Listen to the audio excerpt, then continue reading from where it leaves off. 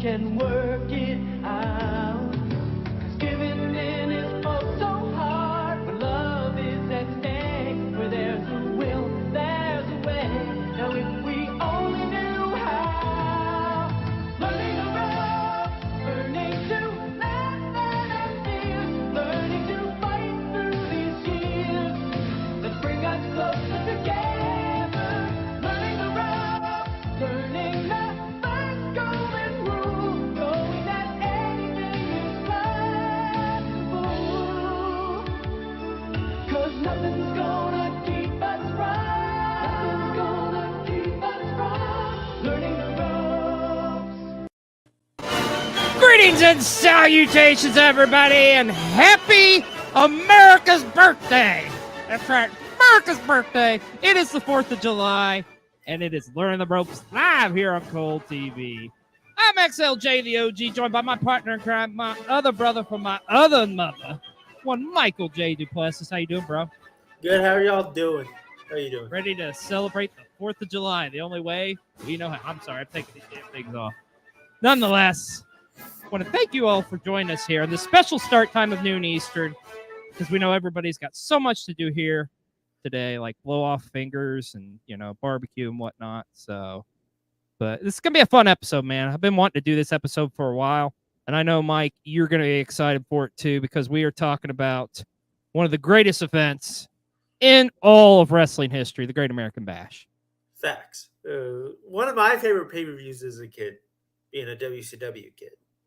100, man. And it's crazy because there is such a rich history of the Great American Bash, because I mean it spans over essentially 3 different brands, and we're going to talk about it all here today on Learning the Ropes. I forgot there's the NWA Yeah. WCW split. Yeah, so really you know what, that's a good point. So really you think about it, 4 brands, because we got WWE and NXT as well. So yeah, man, we got a lot to talk about. But as always here on Learning the Ropes, we kick it off with a little bit of a plug-a-palooza.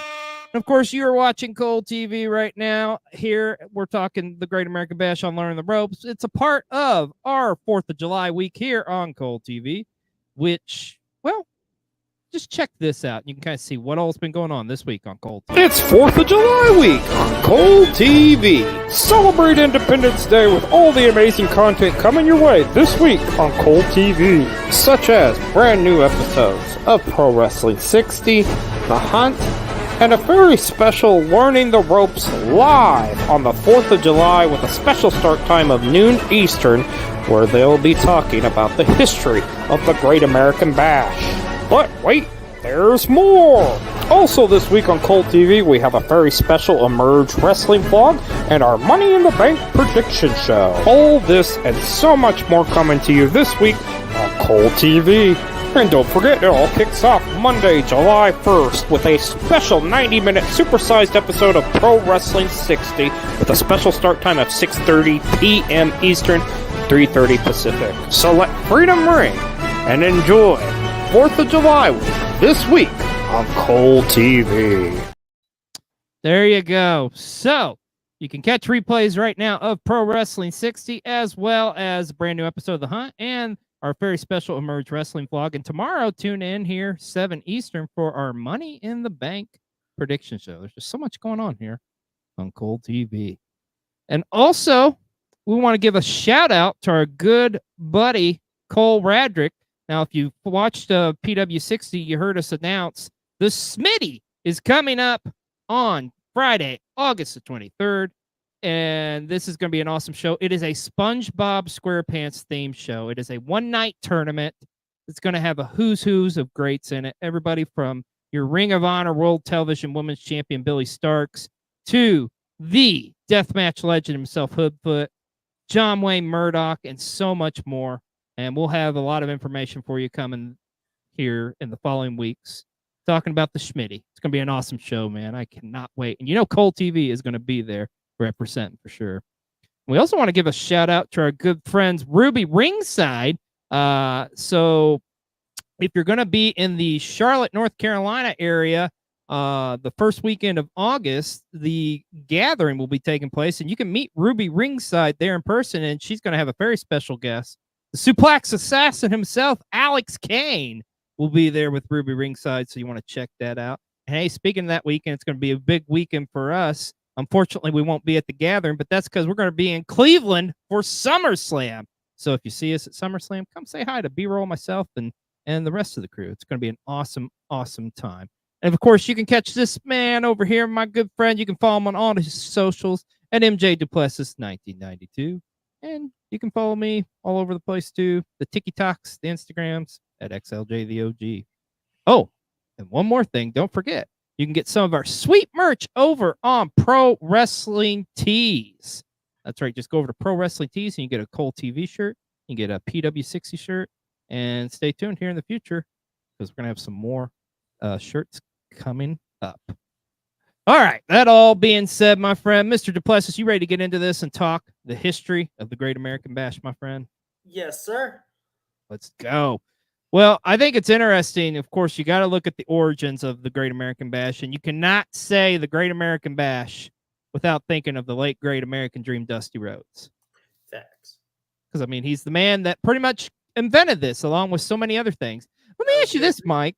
He invented all the NWA pay-per-views. Yeah, exactly. But do you think this was Dusty's like greatest invention was the Great American Bash? One of them, yes. Thank you. Yes, Yeah. one of them. Yes, I don't know. I wouldn't say the greatest, but man, it is pretty damn good nonetheless. I mean, it's just an epic. The name itself, the Great American Bash, it just it resonates so fondly. Like there's such good memories for myself. I know you too as well, my friend. Yes. And you add not only the wrestling pay-per-view, but like the first few NWA Great American Bash, the smaller shows tours, the Great American Bash tour. It was such an event during the summer in that North Atlantic area. Yeah, it really was. Like, I mean, it was because that's the thing, folks. Like, the Great American Bash existed before pay-per-view even was really a thing. Matter of fact, the very first one was actually done on closed circuit, all the way back in 1986. It's hard to believe that the Bash has been around since '86, man. And it's kind of coming on. 85.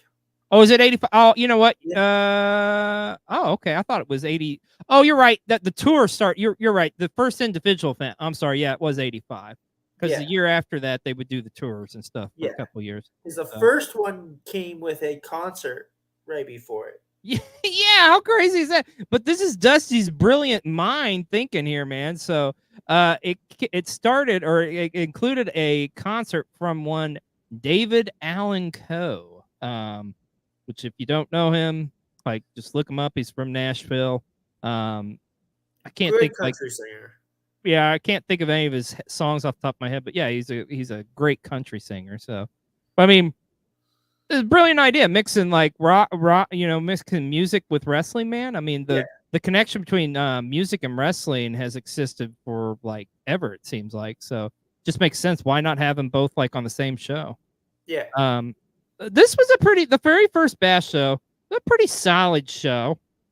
I mean, you had literally all the top stars in the NWA time going at it. Of course, you had the Nature Boy Ric Flair defending his NWA World Heavyweight Championship against Nikita Koloff. The Russians. Yeah, against the Russians. So here it's like, all right, let's which is funny too, because I mean Flair was the heel, so and Nikita Koloff at this time frame hadn't really made the transition as the American sympathizer yet. So it was kind of interesting to see that. Okay, let's just put like the heavyweight champion up against like the biggest heel we can think of at the time, and it's the Great American Bash. Like, all right, put him against the Russians. That'll do, because it's wrestling. The main event of this show actually did feature the man who created it, the American Dream, Dusty Rhodes, as he went up against the Tully Blanchard from the Horsemen in a match for the NWA World TV title inside of a steel cage. That's what I loved about this first show is that feud was so big that it goes on after the world title. Transcends everything else that's on the show. And it was for the TV title. And the TV title, I love the TV title, man. I think the TV title doesn't get enough. It's sexy. It is sexy. When I think of the TV title, I think Tully Blanchard. Yeah. he's easily one of those guys that's synonymous with that championship belt. And of course, Dusty in this feud with the Horsemen for years, which we'll talk about like through these next couple bashes. But And yeah, on this thing, yeah, and then also you have Magnum TA defend his U.S. title against Kamala with yeah, Skandor right before Akbar. Kamala jumps. Mm-hmm. Yeah, so to you go get to that. New York. Yeah, and of course, It's weird to think of Kamala managed by Skandar Akbar, right. a guy Well, who's known for being in the South. Did I yeah, forget right. he did the stint in the NWA? Because when I think Skandar, I think WCCW. Oh, 100%. Yeah. But I think Kamala worked there too, and Skandor was his manager Yes. as well. So yeah, Yeah. so just kind of carrying over here. Also, you had the you got to get the Russians again on here, man. So you had them challenge the Road Warriors for the World Tag, or they defended the tag titles against the Yeah. Road Warriors. Of course, it ended in a big schmoz. It was a big old double DQ, but you know. And then also another match of importance to talk about on this show was Jimmy Valiant going up against Paul Jones in a dog collar match, which Jimmy Valiant's one of those guys I think people forget about, unless you were like a fan in that time frame. But like looking back, like Jimmy Valiant was super over babyface. The Valiant brothers all together so over as baby faces in the 80s and 70s. Oh, 100, bro. I can still remember to this day, the infamous hair match with Paul Jones and Jimmy Valiant, man, and just thinking back on those memories, the Woogie Boogie Man. Yeah, you can't. Jimmy Valiant was one of the top baby faces in the NWA in the 80s. No ifs, ands, or buts about it. I have Gary on Facebook. Oh, really? Yeah. And he talks about still watching the Jimmy matches, the dog car matches, the hair matches, and how good his brother was. And Oh, he man. still wrestles. That's true. Yeah, he does pop. Man, you wouldn't expect it. You look at the man and like, he looks ageless. Still got the beard. Yeah, I love the Woogie Boogie Man. So, but the Bash 86 or the Bash 85, I should say, was a solid first outing. Now I think after that's where it gets really interesting, because we get to the Great American Bash 86, and this is where they come up with the idea, let's just make it a summer tour. So it's essentially you get like these house shows that are like, each house show is like a pay-per-view almost, essentially. Yeah. And you know what I loved the most about this tour was how Ric Flair pretty much worked with like all of the top, like each individual top babyface like tag team they had in the NWA, essentially. So he worked Road Warrior Hawk, Road Warrior Animal, Ricky Morton, Robert Gibson, just to name a few of the guys that he worked with on this tour. Yeah, Ricky Morton on the first show. He also wrestled the likes of Ronnie Garvin, Nikita Koloff, and of course, one of his biggest, Ric Flair's biggest influences in pro wrestling, Wahoo McDaniel. Yeah. But the big one though was against the American Dream, Dusty Rhodes. And the thing is, man, that had been building for years, essentially. Like the back and forth between like Rhodes and the Horsemen, and Rhodes chasing after that title. Because I mean, he hadn't held it since start He had date, just 84. joined the Andersons early in '86 after turning on Dusty. Yeah, but you actually do get a title change where Dusty Rhodes does win the world title, man, and Dusty, quote unquote, maybe finishes his story with Ric Flair. No. Just a chapter. Trust me. Funny. But he does win that world title, man. And you look back on it too, because I remember having the cassette of this, and it was like highlights from the tour, essentially, what the cassette consisted of. And dude, that crowd pop was amazing when he won the world title. Like they were going ballistic. Yeah.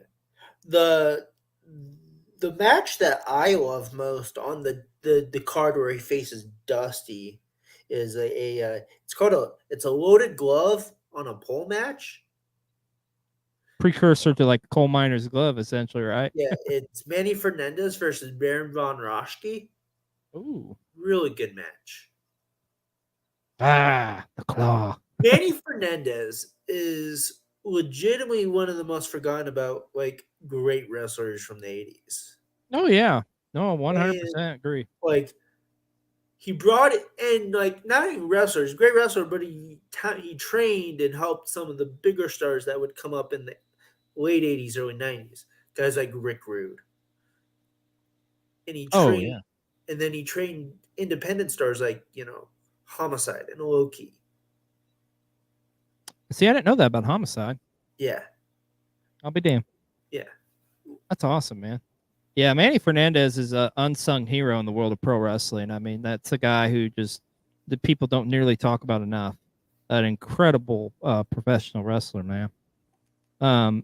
One of the other big highlights of this tour too was, to my knowledge, I believe this is the first time in wrestling they ever did a best of 7 series, as it was the best of 7 between Magnum TA and Nikita Koloff for the United States Championship. Yes. Which was awesome. I mean, they had a tremendous rivalry, and it's just interesting, of course, the tragedy, of course, with Magnum TA having the motorcycle accident. One of the biggest what ifs in wrestling. God, yes. And it's just, it's interesting how it's like, okay, arguably one of his biggest rivalries outside of maybe Tully Blanchard becomes like a sympathizer for the U.S., and they essentially turn like Nikita Koloff babyface, which is in hindsight still nuts that they did that, but they had to do what they had to do, But I mean, it worked, because I mean, Nikita's a great wrestler. He's another great wrestler, man. I don't think it's especially too the fact that I still to this day I'm like, yeah, I'm convinced he's Russian, but I mean he's not. But it's just like it's crazy. Yeah, it's crazy. When I found out he wasn't Russian and he was from the South, I was like, hold up, or from the Midwest, I was like, hold up, what? That's he'd be like, Nikita Koloff, I am going to crush you. And, hi, my name's Bob. Yeah. It's like, what? It's crazy, man. But yeah, I mean, a precursor. That's another thing too. They need to bring back a best of 7 series with you could easily have done that. Could you imagine if they did something like that with Sami Zayn and Chad Gable? That would be amazing. I would love a best of 7 series with Ilya and Walter. Ooh, baby. I don't know if they'd survive a best of 7 though. They murder each other in the first 3. Fucking would love to see those Europeans try. Yeah, that would be dope. But I would love to see a best of 7 series come back, man.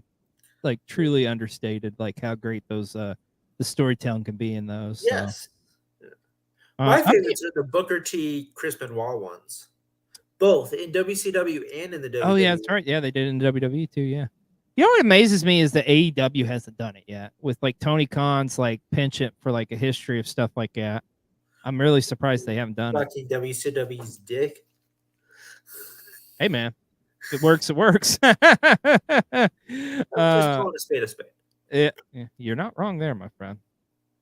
Well, it was interesting because in '86 was their biggest tour because they had a total of 13 shows. Now '87 they go back on tour, but they only had 3 shows. But this tour is so important because you get the debut of one of the most infamous matches in pro wrestling, and arguably what you could say maybe is Dusty Rhodes' greatest creation. You get the birth of War Games.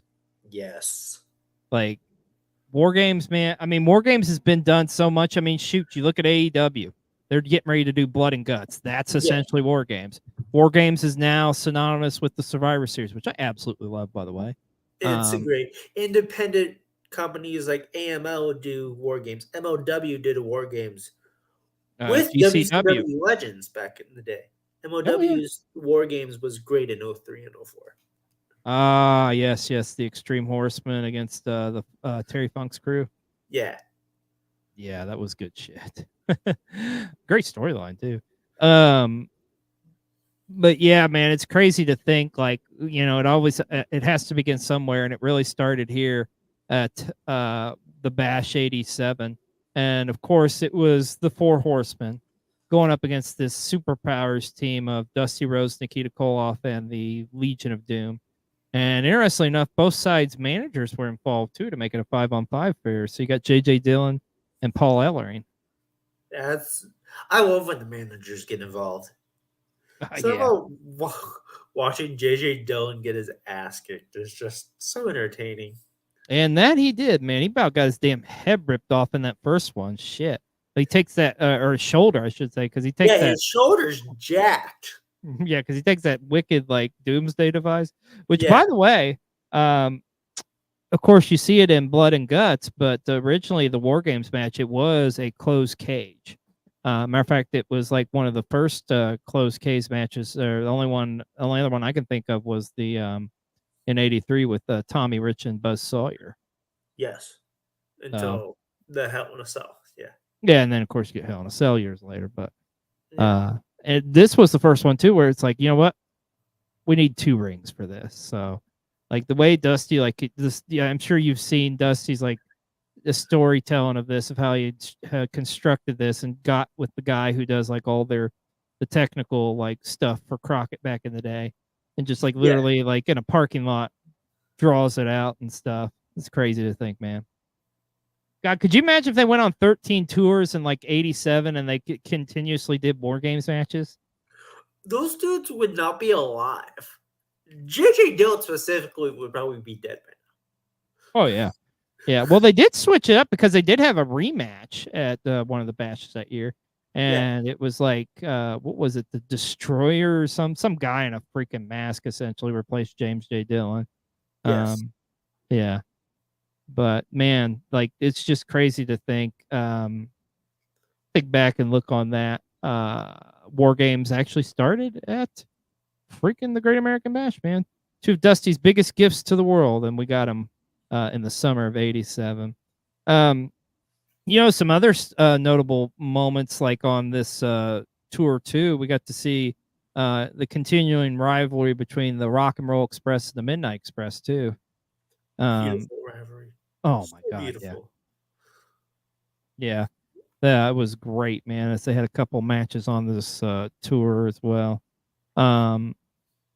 But the Bash '87 was awesome, dude. I still got my VHS, like the clamshell VHS of this, which is just a beautiful sight. It's one of my most prized possessions of my collection, man. So You also get one of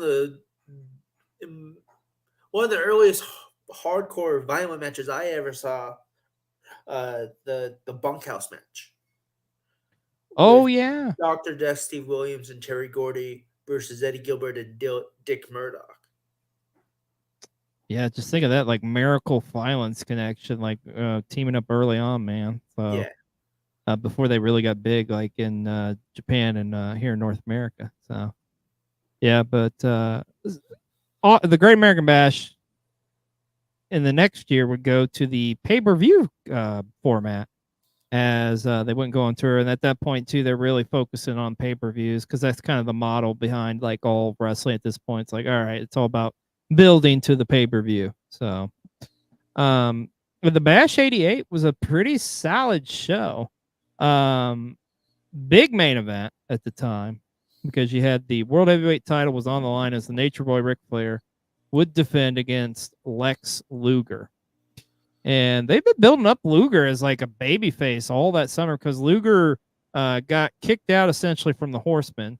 So now it was all about like Luger getting his revenge against the Four Horsemen and going up against Ric Flair. And actually, it's a pretty solid match. Yeah. I mean, they both, Luger and Flair, had some great matches in '88, also at Starrcade that year too, as well. Luger's one of those guys where like he had to be put in the ring with the right people. 1000% agree, my friend. Yep, But- put him in there with the right guy, and then it's gonna be good, man. You're gonna make money. Yeah. Also, we got to see Dusty Rhodes challenge Barry Windham for the U.S. title. And of course, at this point, Barry Windham a part of the Four Horsemen, as he was the guy who replaced Lex Luger essentially in the Four Horsemen. And made my favorite version of the Four Horsemen.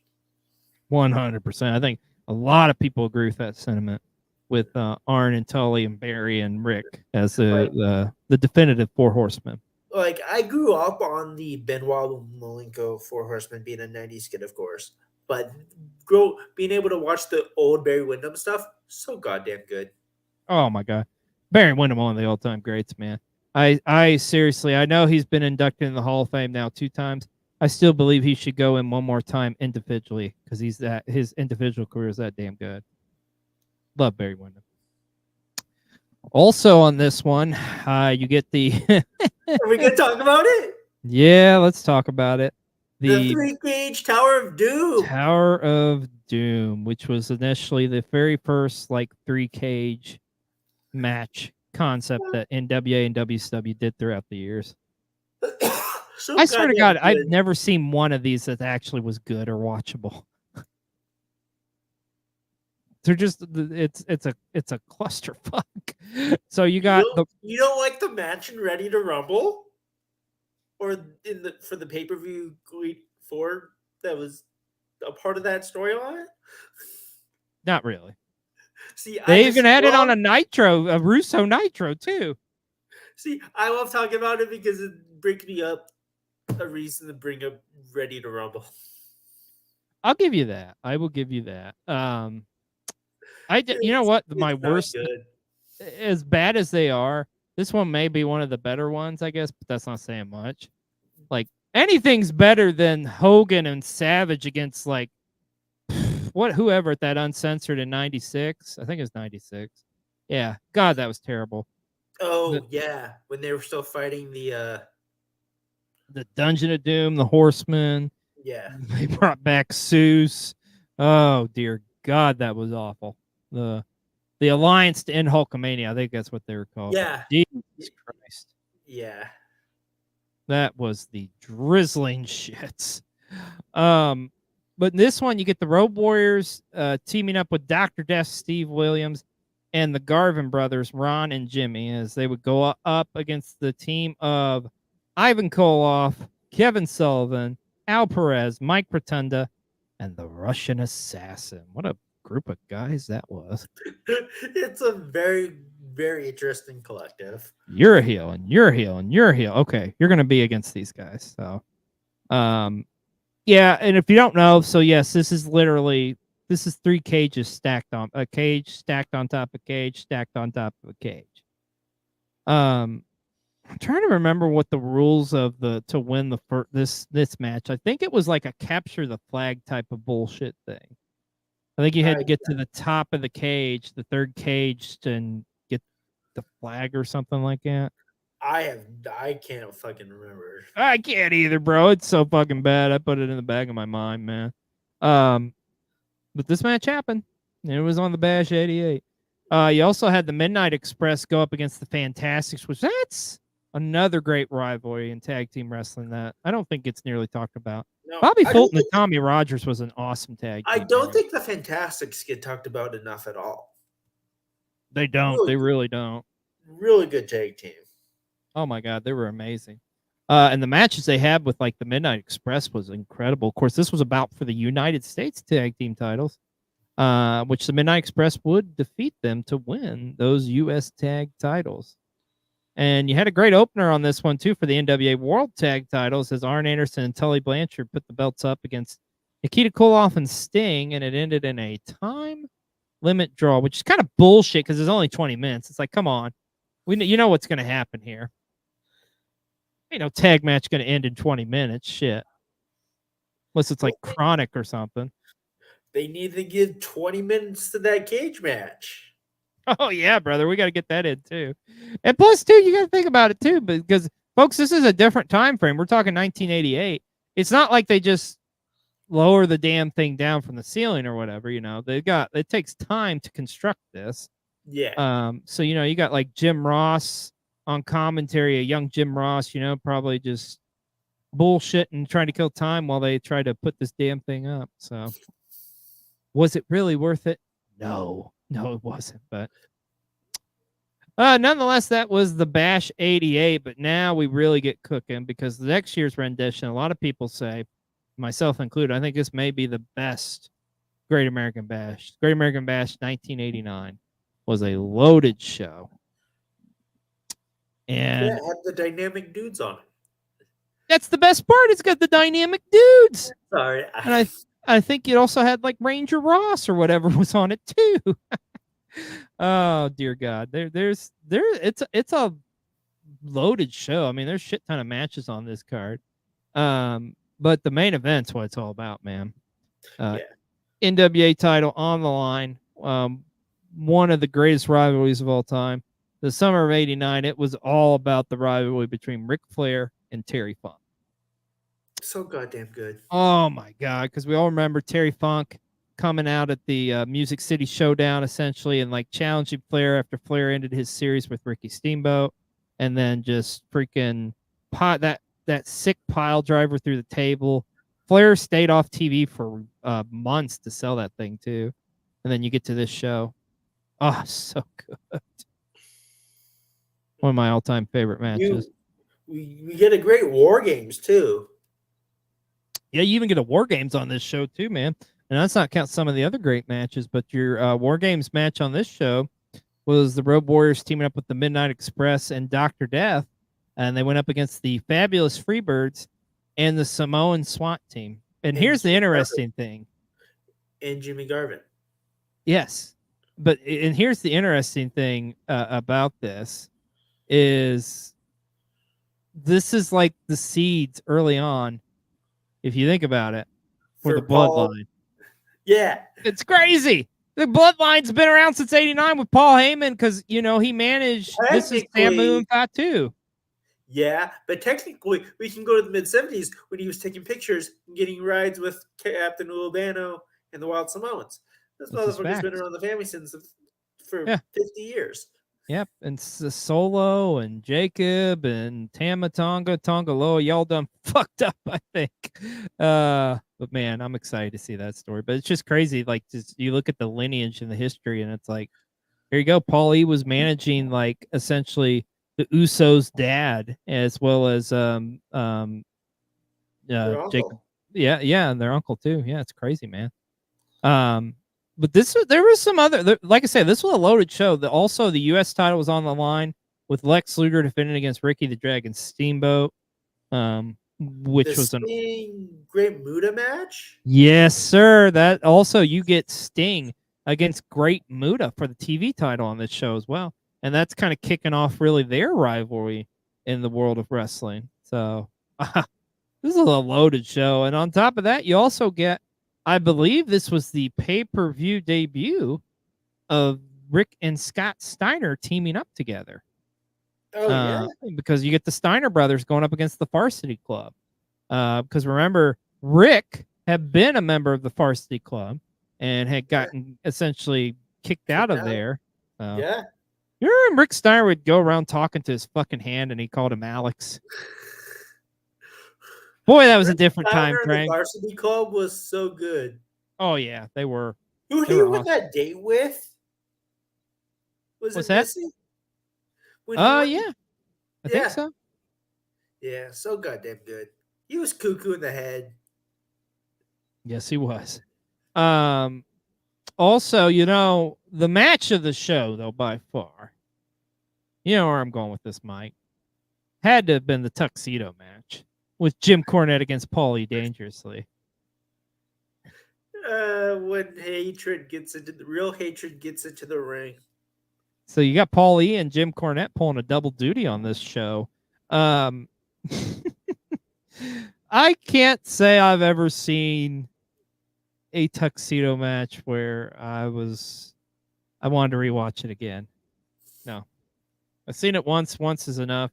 Watching Paul Heyman run down the aisle in his skivvies is like, yeah, I'm good.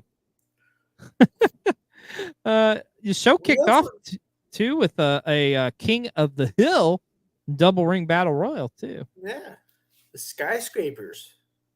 Dan Spivey and Sid Vicious. And they would be in tag action as well on this show. And rounding out the card, you have Brian Pillman go up against Wild Bill Irwin. So A young Brian Pillman. yeah, this is like really early in his career. Mm-hmm. But you see why Bash '89 was just such a solid It's show, a man. stacked card. Yeah, from top to bottom, there's not really a piss break match on this show, to be quite honest with you, man. Well, I mean, Well, except for Cornette and Paul Lee, but yeah, but that goes without saying. But if you want to see Paul E. Dangerously or Paul Heyman in his underwear in the 80s, check out the Great American Bash '89. If that doesn't sell you, I don't know what will. Yikes.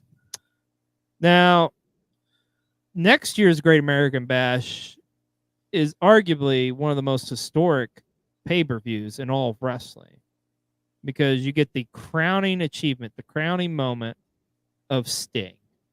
yes, Because we're talking about the matchup with Sting against Ric Flair for the NWA World Heavyweight Championship. Mike, I know you're a huge historian. You go back and look back on the history of pro wrestling. Like, what were your thoughts at this time frame on the whole Ric Flair Sting storyline? phenomenal. You get the upstart Sting, who had just come from the NWA, WCW from working in the South. You just got done with Midwest or Mid South Wrestling, UWF, whatever you want to call it. Mhm. You finally get that big win against Flair after Flair finding a way to beat him. Most of Yeah. '89 and that early '90. Yeah. Phenomenal. Yeah, because it was like Sting was kind of being positioned as the next top guy, essentially, man. Like, it was like, and of course, he was with the Horsemen, and he got kicked out of the Horsemen, and then, of course, the injury he sustained that kept Stinger from going up against the Nature Boy. And then, man, he heals up, and he finally get this matchup at the Great American Bash in 1990. Also, too, we should state, too, these first couple of bashes was always taking place in Baltimore, Maryland. I feel like Baltimore, Maryland is synonymous with the Great American Bash, too, Yes. when you think I about feel it. like it's very synonymous with like a lot of the big WCW pay-per-views. Oh, yeah, 100%. And I think that's because like Baltimore was like the endpoint for that territory. Because if you go further north, it's WWF territory. Right, yeah. So it's like, this is where we're going to make our mark on the East Coast. Since we can. Yeah. Baltimore's a great wrestling town, too. Always has That been over too. the years. Oh, They're a great sports town. oh yeah. Yeah, Absolutely. they're But very dedicated to their teams and what they love. But as great as Sting's moment was here at the Bash, I know there's a moment you want to talk about, which may be the greatest debut in all of professional wrestling history, as we get the in-ring debut of one El Gigante. I don't want to talk about this man. Well, we have to. So yes, WCW at the time We can frame. talk about the Doom cake, the Rock and Roll Express We're tag gonna match. talk about it in a minute, but let's give El Gigante his flowers now.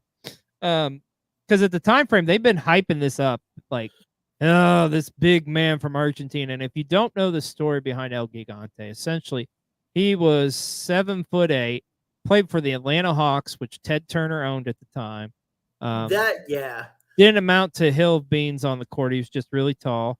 And so then it became the idea of like, you know what? Let's put him in wrestling because reasons. Yeah. Oh, dear God. This And was he awful. couldn't move in the ring. Nope. So they put him in this 6-man tag, which is a weird With two- 6-man tag. With 5 legends. Yeah, because you got the 4 horsemen team of Sid, Fishes, Arn Anderson, Barry Windham. And they're going to go against El Gigante against Paul Junkyard Orndorff Dog. and Paul Junkyard Orndorff. Dog?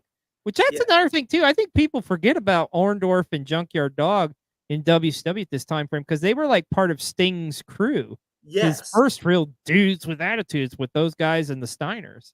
Yes. weird, And man. not a lot of people remember Paul Orndorff as a babyface because he's such a great Heel. chicken Yeah. shit heel. Yeah, it's weird to see him as a babyface. I mean, Junkyard Dog makes perfect sense, but He's babyface on babyface. Unless he was in Canada. yeah, He was a great heel in Canada. yeah. But and the whole thing was it was like, okay, I think the stip for this was like if whoever won got to be ringside for the Flair match, and of course the baby faces win, and thus Yeah. they get to be there to thwart off the Four Horsemen. But hey, you mentioned it. We got to talk about a great tag match for the NWA World Tag Titles: Doom against the Rock and Roll Express, Ricky Morton and Robert Gibson. Which Doom in this time frame, one of the best tag teams, man. That's Ron Again, Simmons one and of Butch those- Reed don't get nearly enough credit. No, again, Ron Simmons gets the credit for his singles career and for the APA. This Doom was a phenomenal takeover and over as hell Oh yeah, freaking heel team. They Yeah. were dangerous and mean and brutal, and they had Teddy Long. yeah. And this is the first time we really see Teddy Long in that role of like being a chicken shit heel like character Manager. essentially. Yeah, Yeah. as a manager, and Teddy Long was a great manager too. But no, there was legit. There was a huge debut on this show. We got to talk about. Which man, oh man, this is one of my all-time favorites. I know he's one of your favorites too. We got the debut in WCW of Big Van Vader. Oh yeah. Yeah, going up against the C-Man and whipping that ass. Just squashing Tom Zink. Yeah, annihilated him.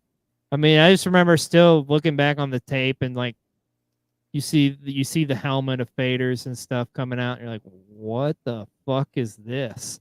And like, oh my god, yeah, the debut of Big Fan Vader at the Great American Bash was chef's kiss. So good. This card is so weird too with the names that are on it, because now let's talk about, I know you're waiting to talk about this, the United States title matchup. Lex Luger defending against Mean Mark Callis. Eden Chaps. Yes, the Undertaker. and Chops getting managed by Paul Heyman of all people.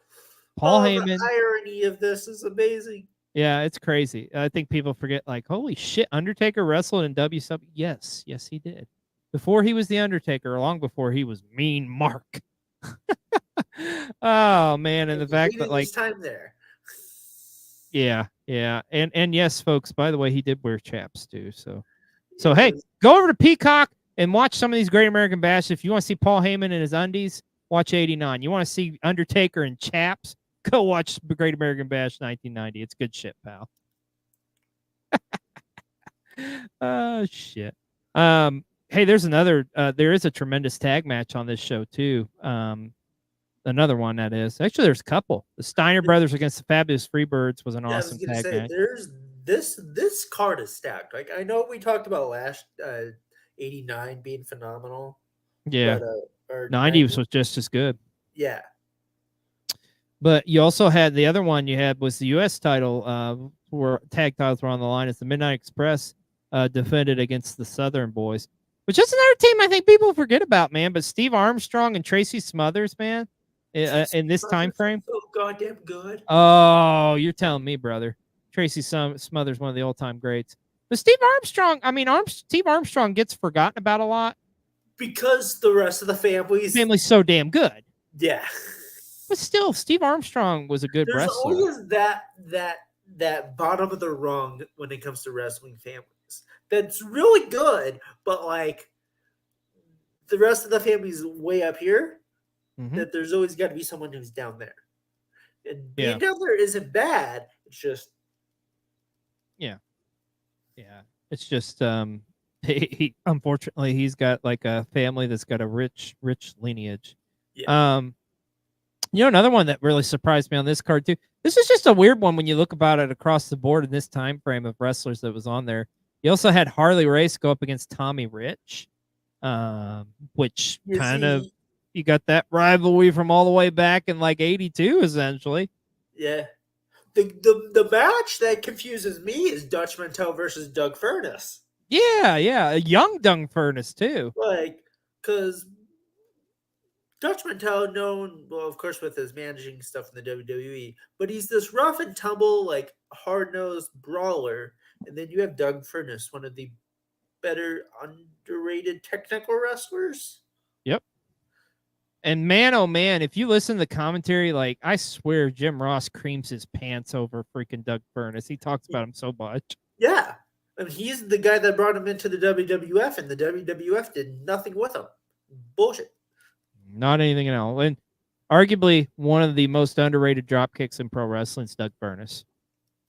Great wrestler. Yes. Talk about another weird one too. Mike Rotunda against the Iron Sheik. I forget the Iron Sheik worked in the NWA. He did from 89 to 90. Yep, he was there. Hell, I think he even held the TV title for a minute. Yeah, I had to think about it, but yeah. Yeah. But you get the idea. The Great American Bash 1990, solid loaded show. Yeah. A ton of Hall of Famers on it. And just as good as 89. But, oh, dear God. Now we got to talk about the 1991 rendition of the Great American Bash. This one's a little rough, bro. So the massive story, the real life story going on this one was the Ric Flair pretty much leaving WCW and going over to the WWF because Ric Flair was tired of the bullshit going on in World Championship Wrestling. They wanted to turn him into like a Spartacus type of character, cut his hair. It was fucking stupid. Thanks, Jim Herd, you jackass. So essentially, it like the idea was at the time, this show was kind of built around the idea of like, okay, let's put Lex Luger over and put him on like the next level, and finally give him like a world title because it was supposed to originally be Luger and Flair, in this match. And then they were like, they couldn't come to an agreement. Flair had a deposit down on the world title, and pretty much just said, fuck you, I'm taking the belt with me. And well, we know the rest is history. Yeah. Ric Flair showing up in the WWF with the big gold belt. So they had to pivot hard on this one. And it was like, all right, we're going to have Lex Luger go against Barry Windham for the Fank It WCW title inside a steel cage. And it's not a bad match, but it's just overshadowed by Ric Flair. Yeah, the issues, yeah. Yeah, because there was a ton. I mean, this show is riddled with gimmick matches galore. Yeah. Kind of, and some of them are pretty dumb. The dumbest by far, the worst match on the card is got to be the worst fucking scaffold match I've ever seen in my life. Like, scaffold matches suck to begin with, number one. Can't do shit. And if you don't know, a scaffold match is literally you have a giant scaffold above the ring, like 20 feet or something like that. Now, back in the day when they did like the Skywalker matches at WCW's Starcades, or NWA Starcades, I should say, the premise was you got to throw them off the scaffold. But this one, they did a little bit of different concept. They did a capture the flag type of scenario. But it's weird who the combatants are in this. First off, you get PN News, who's a 400-pound big man. Like, has no business being on a fucking scaffold. No, not at all. But you know what I just found out recently about one Avalanche or one PN News? What's that? He started his wrestling career out here. Oh, really? In Seattle? In Portland. Or in Portland? Okay. Yeah, here in the as Avalanche. No shit. I'll be damned. Which makes way much more sense as a big dude to have the name like Avalanche than, PN News and rap. Yes. The rap master. Yo, baby, yo, baby, yo. So it was PN News teaming up with Bobby Eaton to go against Terry Taylor. And wait for this one, folks. Stunning Steve Austin. That's right. The man you would all know as Stone Cold competed in a scaffold match against Bobby Eaton. and freaking peeing news at this show. Eh. Yikes. And Steve's wife was their manager. Lady Blossom. Yeah. You also had on this show talking about gimmick matches. You had a lumberjack match between Big Josh and Black Blood, which shout out to our love- Jay. I think Jay did like some videos on Wreckage's channel about those guys. Blackblood, better known as Billy Jack Haynes. I've done videos about that. Now, peace. I'm gonna be nice because he's not a good human being. He kind of did some bad things. Not As kinda, he very did. recently, too. I hope he rots in jail. Yeah. Also, the actual last match of this show was a weird one. It was Rick Steiner. It was actually supposed to be Rick Steiner and Missy Hyatt against Arn Anderson and Paul Lee Dangerously in a cage. Huh? The fuck? Missy ended up got taken out of the match, so it just ended up being Rick Steiner against Arn Anderson and Paul Lee. Like literally, this was like a 2-minute match. It was like, what the fuck? 2 minutes. Like that just sums up the shit show that was the Bash 91, essentially. And we get El Gigante wrestling again against the Oh. One Gang. Terrible matchup. Fucking awful. And they were building it up to be like the Battle of the Giants. It was fucking awful. It was atrocious. There are a couple fun ones on here. Like probably the best gimmick match on the show was Sting against Nikita Koloff in a Russian chain match. And Yeah. they kind of been building that up over the summer with Nikita Koloff attacking Sting at the Super Brawl 1 earlier that year. Also, there's an elimination tag match with Dustin Rhodes and the Young Pistols going up against the Fabulous Freebirds with their mascot, Bad Street, which, if you don't know, was actually Brad Armstrong in a mask, essentially. Well, that was actually a pretty fun, solid matchup. But I would say, I think the biggest match on this show, or the best one by far, was like a once-in-a-lifetime, like, holy shit, we're getting this match. Ricky Morton against Robert Gibson. Yes. You get a battle of these great tag team wrestlers. Because at the time, Ricky Morton had turned heel, had joined the York Foundation. Yeah, which was such a underrated and like before its time faction. Oh, yeah. Yep, you had the computerized man of the 90s, the tailor-made man, Terrence Taylor, in that faction as well. But yeah, I agree.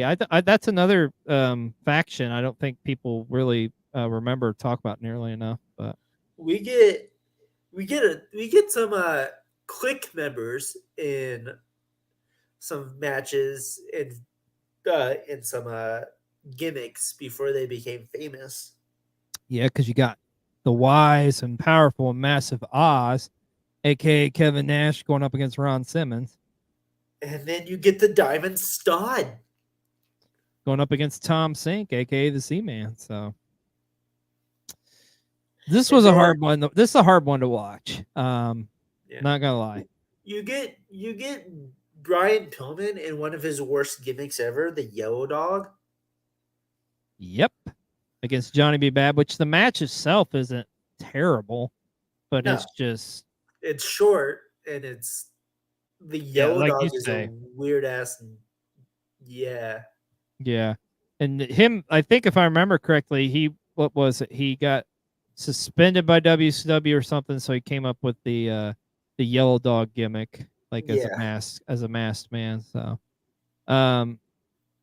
yeah, Great American Bash 91's a hard watch, but I gotta tell you though, next year though was a damn good show because now we're getting into like this one was a solid wrestling show because this is heavily in the Bill Watts era. Great American Bash 1992, and it primarily consisted of the tournament to crown new NWA Tag Team Champions. Yeah, and you got guys from all over the place. So like you've got the tandem of Hiroshi Hashi and Shinya Hashimoto representing New Japan that was in this tournament. You had the Fabulous Freebirds. You had, speaking of New Japan, you had Jushin Thunder Liger teaming up with his rival Brian Pillman in this tournament as well. You had Nikita Koloff teaming up with Ricky Steamboat, Dustin Rhodes and Barry Windham. You had the Dangerous Alliance within the tournament, and of course, you had the Miracle Violence connection of Terry Gordon and Steve Dr. Death Williams, which would ultimately win the tournament as they would defeat the team of Dustin Rhodes and Barry Windham in the finals. But I just want to say, my dad's grilling today. oh yeah, And he's been grilling since like 8, and I can smell the ribs from my room. and you're salivating. Yes. Yeah, we get done with this. I gotta fire my grill up, man. I'm making some burgers and some brats. Because America. But the big moment on this show by far is the match for the WCW World Title with Sting defending against Big Van Vader, kicking off their rivalry, and So good. shocked the world. Really, Vader defeated Sting for the world title. Yeah. Which, I mean, on paper, hell yeah, that makes sense. But I think a lot of us was because Sting had just won that belt back at the Super Brawl 2 that year. Yeah. And they thought he was gonna have a very long run. Yeah, but You it know? didn't happen. Wasn't They in the did cards. Vader at this time with Harley Race as his manager, so goddamn good. Oh yeah, you're telling me, brother. Hell yeah, this was great. Harley Yeah. Race doesn't get the credit he deserves as a manager He does in the not early 90s. manage Luger. Went to manage from Luger to Big Van Vader. Managed Sid for a bit. Even managed. You remember the Colossal Kongs? Yeah. Yeah, he managed them for a little while too. Colossal Cogs, they were the Godwins. No, that was Tex Sager and Shanghai Pierce. Yes. The Kongs were the big fat dudes. Like, Oh, they were yes. the 500-pound. Yeah. Now what's interesting here now, so what we get is pretty much WCW's kind of taking over, and they do away with the Great American Bash for a couple of years. So like, but that's not the end of it, because they do bring it back in 1995 as they have the Great American Bash, and they held it on Father's Day. And I remember this vividly because of the big storyline. The main event of this show was the rivalry between Ric Flair and Macho Man Randy Savage. Yeah, these were the Great American Bashes I grew up on and love. And Yeah. hold a strong place in my heart. 100, bro. 100. So the storyline between Flair and Savage had been going on for months, essentially because like Flair had returned back out of retirement, and was lining himself up with Vader to take out Hulk Hogan. Of course, Hulk Hogan and Macho Man were kind of like the besties running WCW at the time, essentially. The besties that hated each other in real life. Yeah, that really wanted to fucking murder each other. Yeah. God, Stuff. What's best for business, brother? But yeah, they had been building to this rivalry, and like, of course, Ric Flair picks up the win. But what was most prolific about this match is how like, Angelo, his dad. Angelo Paffa was ringside, Macho Yeah. Man's dad, and ends up getting involved in this, and Ric Flair ends up putting the figure 4 on Angelo, and like, of course, this This really one gets the Macho Man like super crazy. Yeah, this is one of Angelo's last appearances on TV Mm-hmm. for pro wrestling. Yeah. Yep, and like we say, it was on Father's Day, so how pro. This show also featured the finals of the U.S. title tournament, with Sting going up against Ming, which was an awesome matchup. I always loved when Sting wrestled Haku, man. So goddamn good. Haku in the ring is just dangerous and scary and can kick it's ass, Haku. and make a baby face look good. Yeah. And then I think this bash had one of the better openers on the pay-per-view, because it kicks off with Alex Wright going up against Brian Pillman. Das Vater Kid. That's fun, the kid. I fucking love Das Vater Kid. Me too, man. I loved Alex Wright during this run too, because it was like Alex Wright was featured prominently on their pay-per-views. He was always in like the first or second match or something to get the crowd going and stuff. and they would put him against different guys that like meshed with his style. And this is, I think, by far the best like guy, most even mashup, putting him up against Flying Brian. I still remember the image of them both, like with Pillman going for a drop kick off the top rope, and then Alex Wright throws a drop kick from like on the ground. It was awesome. This was a great match. So, there's a TNA legend that had a dark match on this pay-per-view. Really? Who's that? A one Sergeant Craig Pittman defeated a one Scott D'Amore. Oh my God, D'Amore is D'Amore did wrestle, like he was a journeyman back then too. God, the Pitbull. There's 3 dark matches on this show that, looking at them, could have been on the pay-per-view. Well, I remember like the added match they had, and I think actually, dude, I think in hindsight, I think these were actually, because this time frame WCW, I remember it because I would watch them. They would have like their pre-show was WCW Main Event, which aired on Sunday night. Oh, so like that's what that Emmy is. Yeah, so this was actually on that show. It was actually on TV, yeah. Okay. So Scott D'Amore was on TV apparently. Yeah. That's cool. But I remember they added Dick Slater and Buckhouse Buck against Harlem Heat onto the pay-per-view, which is a fun tag match. I liked it when those guys went at it. Speaking of fun tag matches, there's a great tag match on here too with the Nasty Boys defending the tag titles against the Blue Bloods. Of course, Bobby Eaton or Earl Robert Eaton and Lord Steven Regal teaming up, which I always thought the Blue Bloods was a fun tandem. The Blue Bloods, whether it's these two or you add, a 100. What? Dave Taylor. Or even like John Paul Levesque back in the day, aka Papa H. Yeah. But maybe the crowning moment on this show, my friend, is the Warrior gimmick? Yes, the Renegade winning the TV title in his first match. Yikes. Defeating a legend like Arn Anderson in under 10 minutes.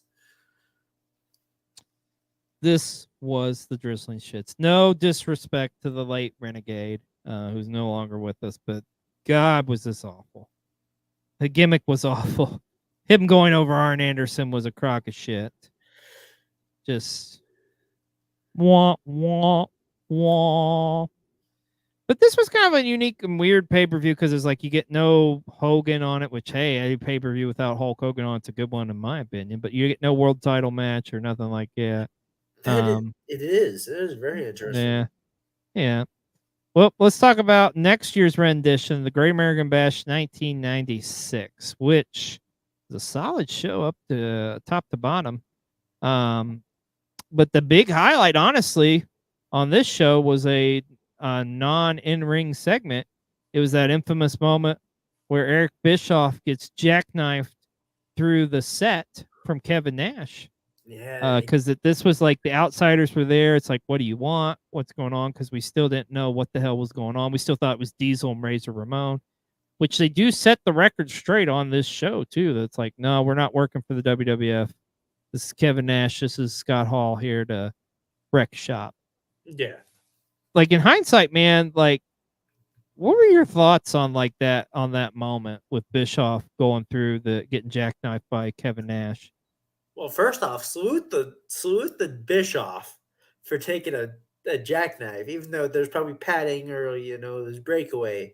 Still, to be a non-wrestler and take a move like that for someone you're just starting to get to know.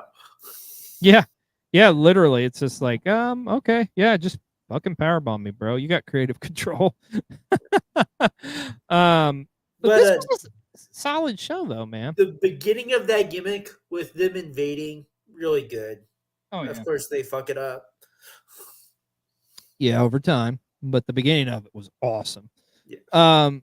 You get some solid wrestling on this show. Your main event was the Giant defending his world title against Lex Luger. Not a bad main event. It was all right. But the other big storyline on this show was Steve Mongo McMichael making his in-ring debut, as he'd been kind of feuding with the Horsemen for a couple months, especially Ric Flair. So you got Ric Flair and Arn Anderson from the Horsemen going up against Steve McMichael and Kevin Green. Who was Another great NFL player that doesn't get spoken about. No, he He had does not. some good matches in WCW. Oh yeah, he really did, man. And then you had, interestingly enough, on this one, Bobby Heenan coming out of retirement, so to speak, to manage Ric Flair and Arn Anderson. And then on the other side of things, you have the Macho Man managing Kevin Green and Steve McMichael, because remember, Macho Man is still feuding with Ric Flair at this time frame.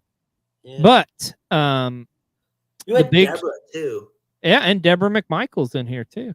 But the big moment is Steve McMichael accepting the briefcase, turns on Kevin Green. That briefcase to the head is so embedded into my brain. The thud of it, the indentation it left afterwards, man. Yeah. And he was like, he did great, but it's such a weird mix match when it comes to the Four Horsemen. Yeah. Yeah, Like, it is. It was a weird. you- Mongo was a great horseman, though. Like, he held his own. was. Yeah. Like, people kind of dog on him, but they shouldn't. Mongo was a good horseman, damn it. And he cared about the business. He respected the business. And he Mhm. partied. Yeah. Um, That's what it takes to be a horseman. You care about the business and you can party. Woo! Anyways, a little book of sugar. There's a great match on this card, though, I want to talk about next. One of my favorites, man. It was crazy. It was all over the place. It was Falls Count Anywhere. The matchup between the Taskmaster Kevin Sullivan and Chris Benoit. I don't like Which, I yo- don't like talking about these two. yeah, but I mean, it's a damn good matchup, though, regardless of is. what happened and the real life, confrontations here and what kind of like came to fruition here. Of course, And- with Benoit ended up with Nancy, and that was Kevin Sullivan's former wife, of course, the late great woman. And I have yeah, certain conspiracy theories about certain shit. yeah, because Kevin Sullivan did dabble in the dark arts, but I don't know. But it is a great matchup, though, and I'll remember Dusty is. Rhodes' call, like when they go into the woman's bathroom. He's like, "Oh, they in the woman's bathroom." He was going fucking ballistic. He was loving every minute of it. The head in the toilet, the bashing of the garbage cans. It was a good brawl. Yeah, and Especially this was those- something you hadn't really seen in WCW since No. Cactus Jack, really. Yeah. Yeah.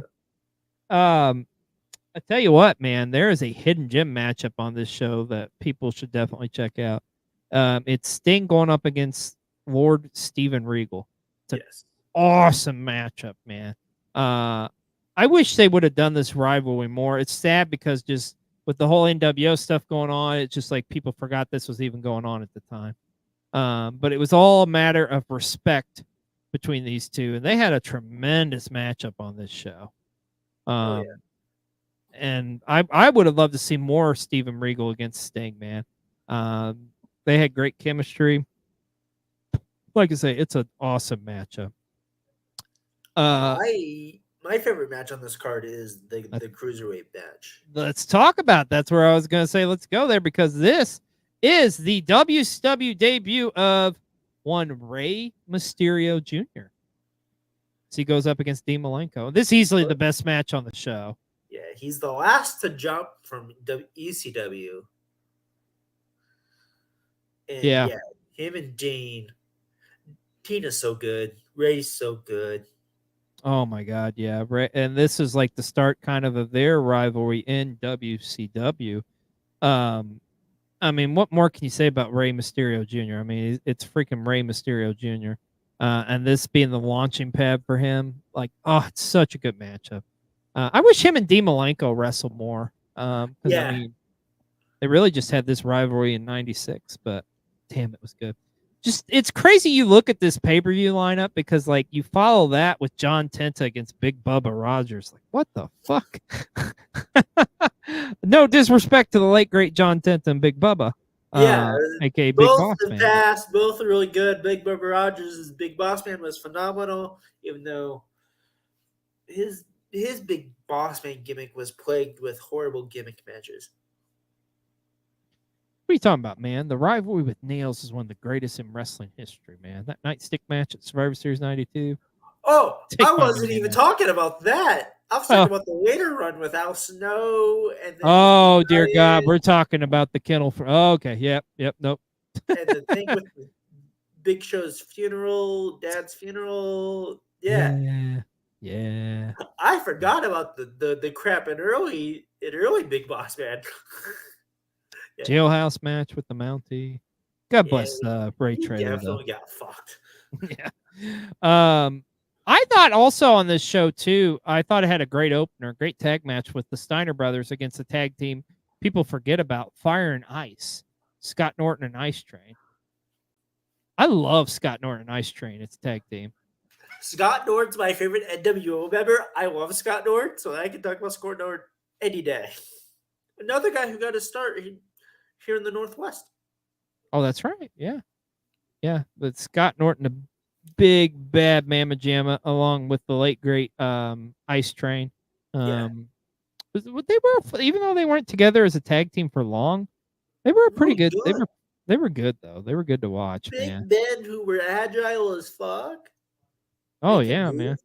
And they could beat the holy hell out of you too. And going up against the Steiner brothers, talk about big meaty men slapping meat, man. They That's what had this was. brawls. They had fights. They weren't even wrestling matches. They had fights. Yeah. Well, let's talk about next year's Great American Bash, which would be 1997. And this is heavily into the NWO era. This first one really in the NWO era. But you get an awesome main event, though, dude. Like with one of the great rivalries. Macho Man Randy Savage against Diamond Dallas Page in a Falls Count Anywhere match. So good. So goddamn good. Maybe the This- best one out of the trilogy, honestly, is this one. They're all Yes. great, but I think this is my favorite one, honestly. No. This is when I think WCW Great American Bash. This is the match I honestly do think about. Oh, I can totally agree with that, my friend. Them brawling on the stage in the entrance. Like they had like a picnic table or something staged, Yeah. it was like a cookout or something. Yeah. Oh man, this is such good Just shit. so goddamn good. It really was. Yeah, but that by far is like the best match on this show. Like the show, it's got its highs and it's definitely got its lows. You do have the Outsiders against Ric Flair and Rowdy Piper for the tag titles, and it's kind of like, Whatever. Old timers. Yep. Whatever. But you do get to finally get follow up a year later though on the Kevin Green story.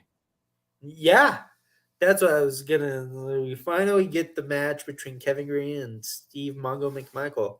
I don't know why it took a year. I can't remember. Well, I Football- think because Kevin Green was still actively playing football, essentially. Yeah, So, yeah, and it's like summertime was his time off, you know.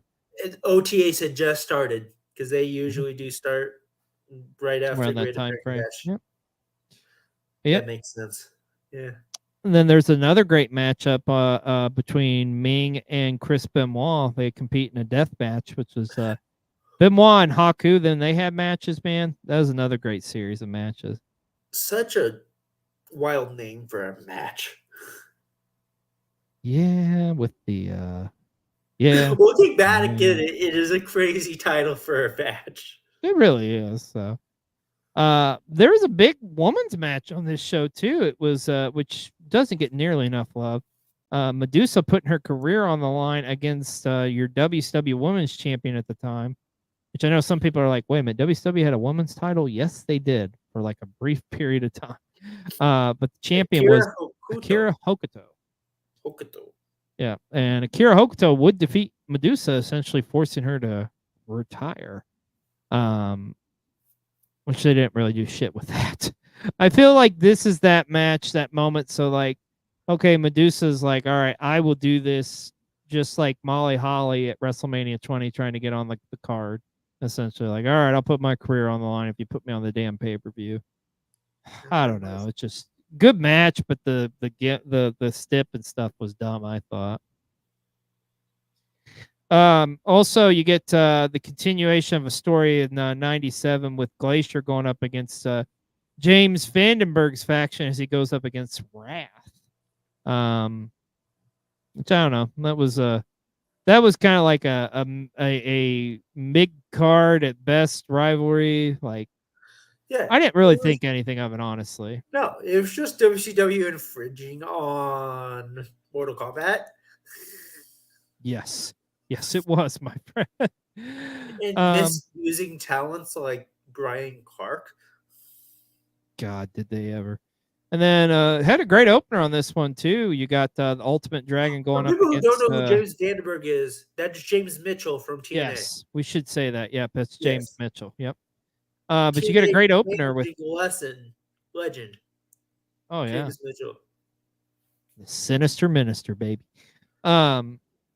And he still does Booga Sugar too. At least if you watch NWA pay per view. Yeah. Basinga. Yeah. But no, you had a great opener on this show.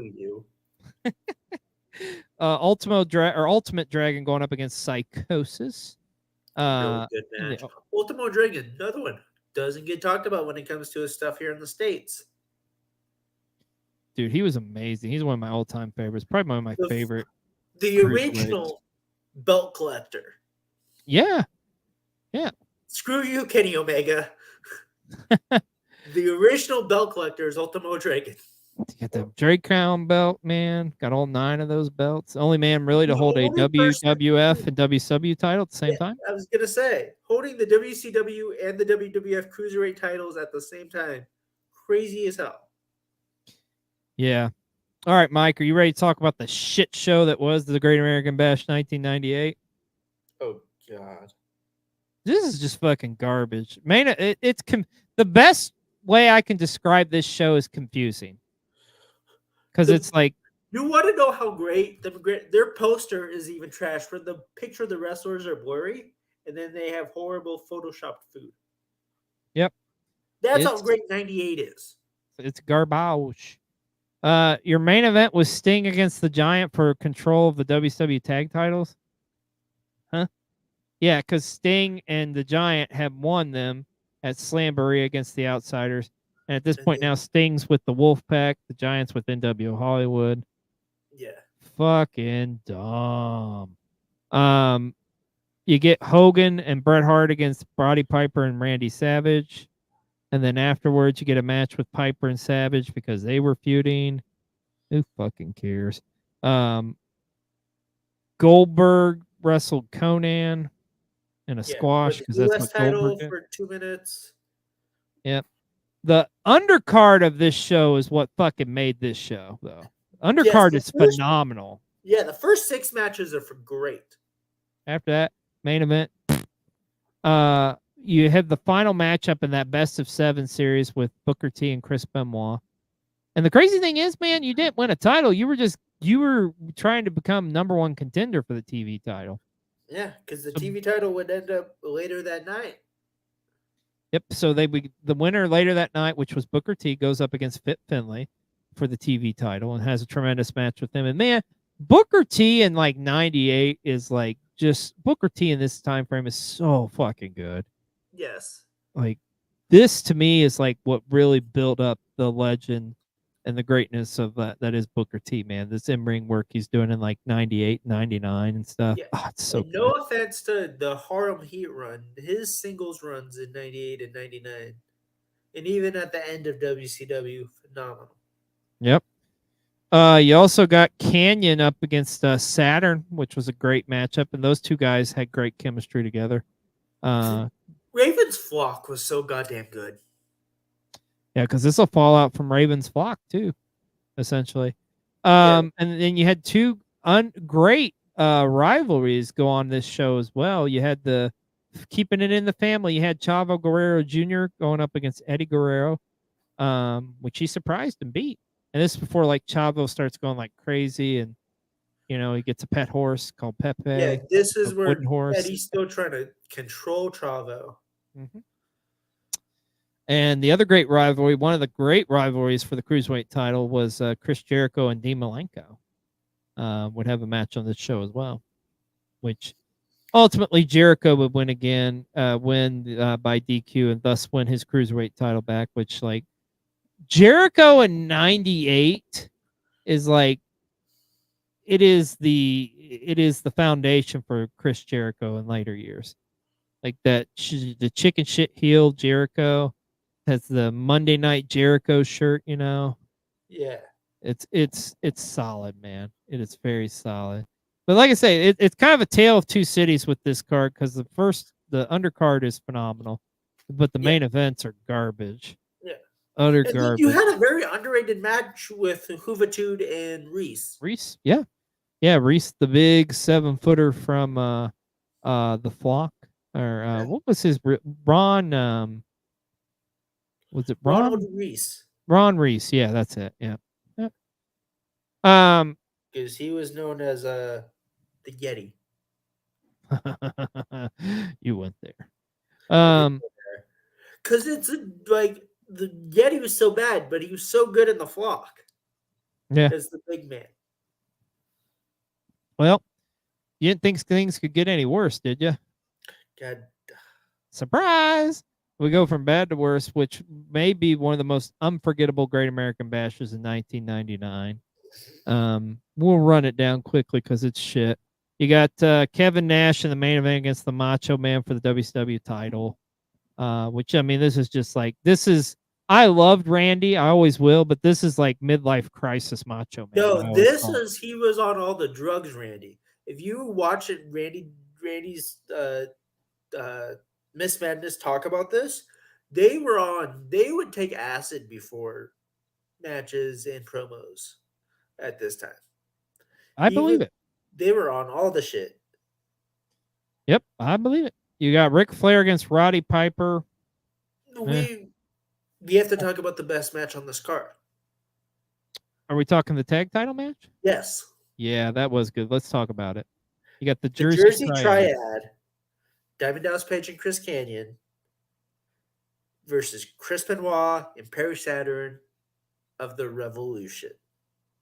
Yeah, that was the Jersey Triad and Revolution were both great factions. That was so short lived, but yeah, this is a great tag match. And that's another. Anytime you got Benoit and DDP in the ring too, those guys had great chemistry as well. I was a huge fan of watching them. And I love both these factions. I think the Revolution and the Jersey Triad was so goddamn good. 100, bro. In a year where WCW was the shits, they were the one of the drizzling shits, brother. They were one of the shining lights. The factions in '99 were honestly the spotlights.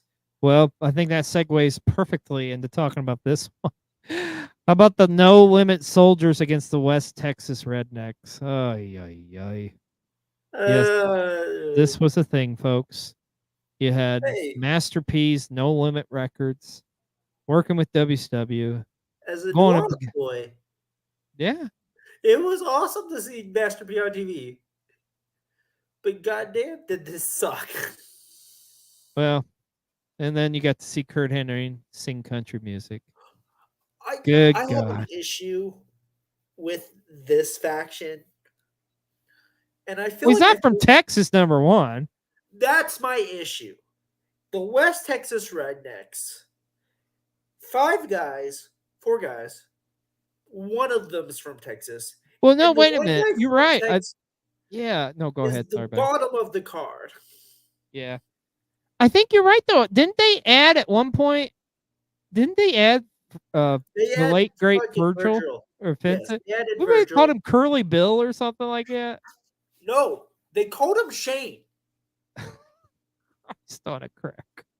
Oh, Jesus Christ! But you have Kurt Hennig, who's Minnesota. You have the Wyndhams, who are from Florida. Yeah. And then you have Bobby Duncombe Jr., who is from Texas. Yep. And Bobby Duncombe's the one on the bottom who doesn't get anything in this faction. Yeah. And then when Bobby Duncombe gets arrested and gets released, you add Vincent, Mr. Virgil. You call him Shane because, you want to take shots at Shane McMahon and Vince McMahon, so you just keep on calling them back and forth between the two. Yeah, this happened, folks. Sorry, it's just a rant. The West Texas rednecks piss me off. The only thing that came out of it, I have to admit, it's so fucking cringe. But their song, That Rap song is is so Crap. racist. It's so ridiculous, though. By the way, Uh, the racial undertones of putting a faction of country fans and rap fans is really, really bad. yeah, yeah, and it really also, yeah, it was not good, not good at all. But there was another good one on this one, though. I would say you got a Falls Count Anywhere match with Rick Steiner and Sting, which I like Rick Steiner at this time frame. They were turning him into like a badass heel, essentially. Because around this time, we also had that team up with Tank. Mm-hmm. Yeah, that was. Yeah, that happened. And now Tank Abbott's going on doing interviews talking about his time in WCW and the UFC. Which is crazy, right? And he doesn't look anything like he did back in the day. Yeah. There's some other undercards matches, but they're not really worth talking about, honestly. Other than I would say this, believe it or not, yes, the Sandman did compete at a Great American Bash, aka as Hardcore Hack, going up against Brian Knobbs in a hardcore match. The 99 2000 hardcore scene in WCW is so wild. It's pretty fucking weird, man. So, yeah, it's unfortunate these last couple ones end up being as shitty as they do, because we got one more in the WCW era we'll talk about. By the way, the fact that there's a man on this card who had been in the company since '88, and this is the first time we're seeing him in the Great American Bash, and it's Van Hammer defeating Mikey Whipwreck. Yeah, I guess that. Yeah, God, Van Hammer. Yeah, because that was weird. I remember '99 for like 2 months they were like pushing Van Hammer. They pushed him at the beginning of his career, and then at the very end, and then there was like a 5-6 year period where you rarely saw him. Yeah. It was a weird time. But he was always hired by WCW. He just stayed on contract. Yeah. But the last WCW rendition of the Great American Bash would take place in 2000. And I would like to say it went off in a swan song, but no, it was fucking garbage.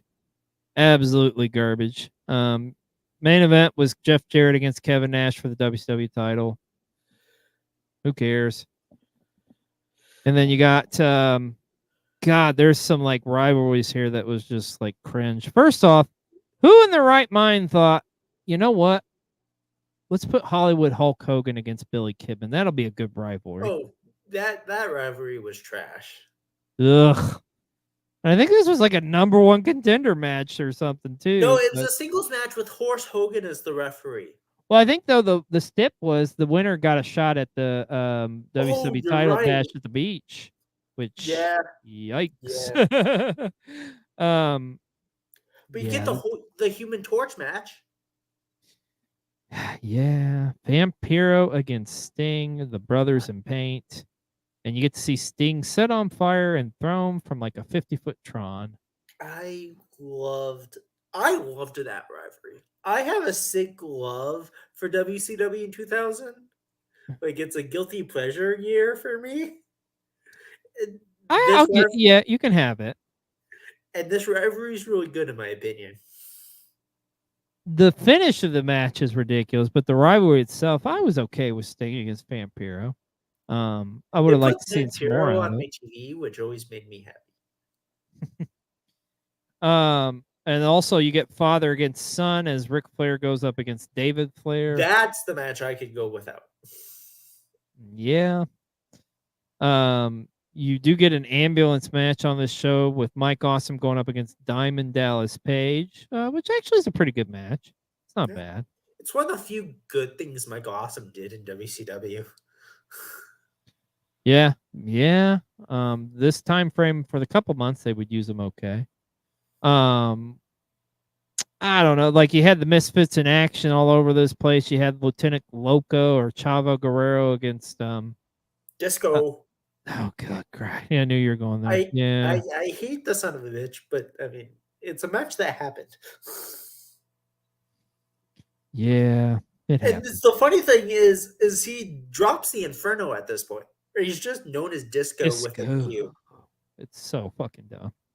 And hey, you mentioned Rick Steiner and Tank Abbott. They go up against Scott Steiner in a handicap asylum match. Now, if you Which don't is- know, an asylum match was fucking stupid.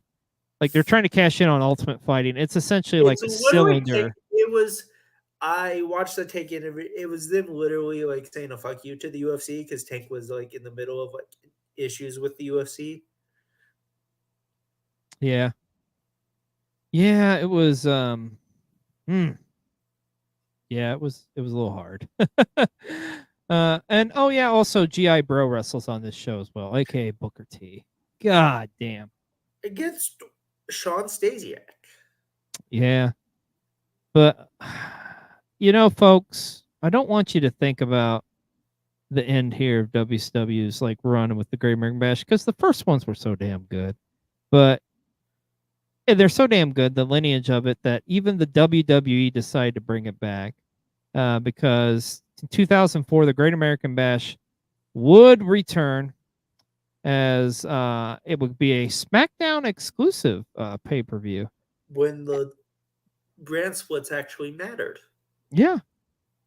And I got to say, it's got a tremendous match on this show.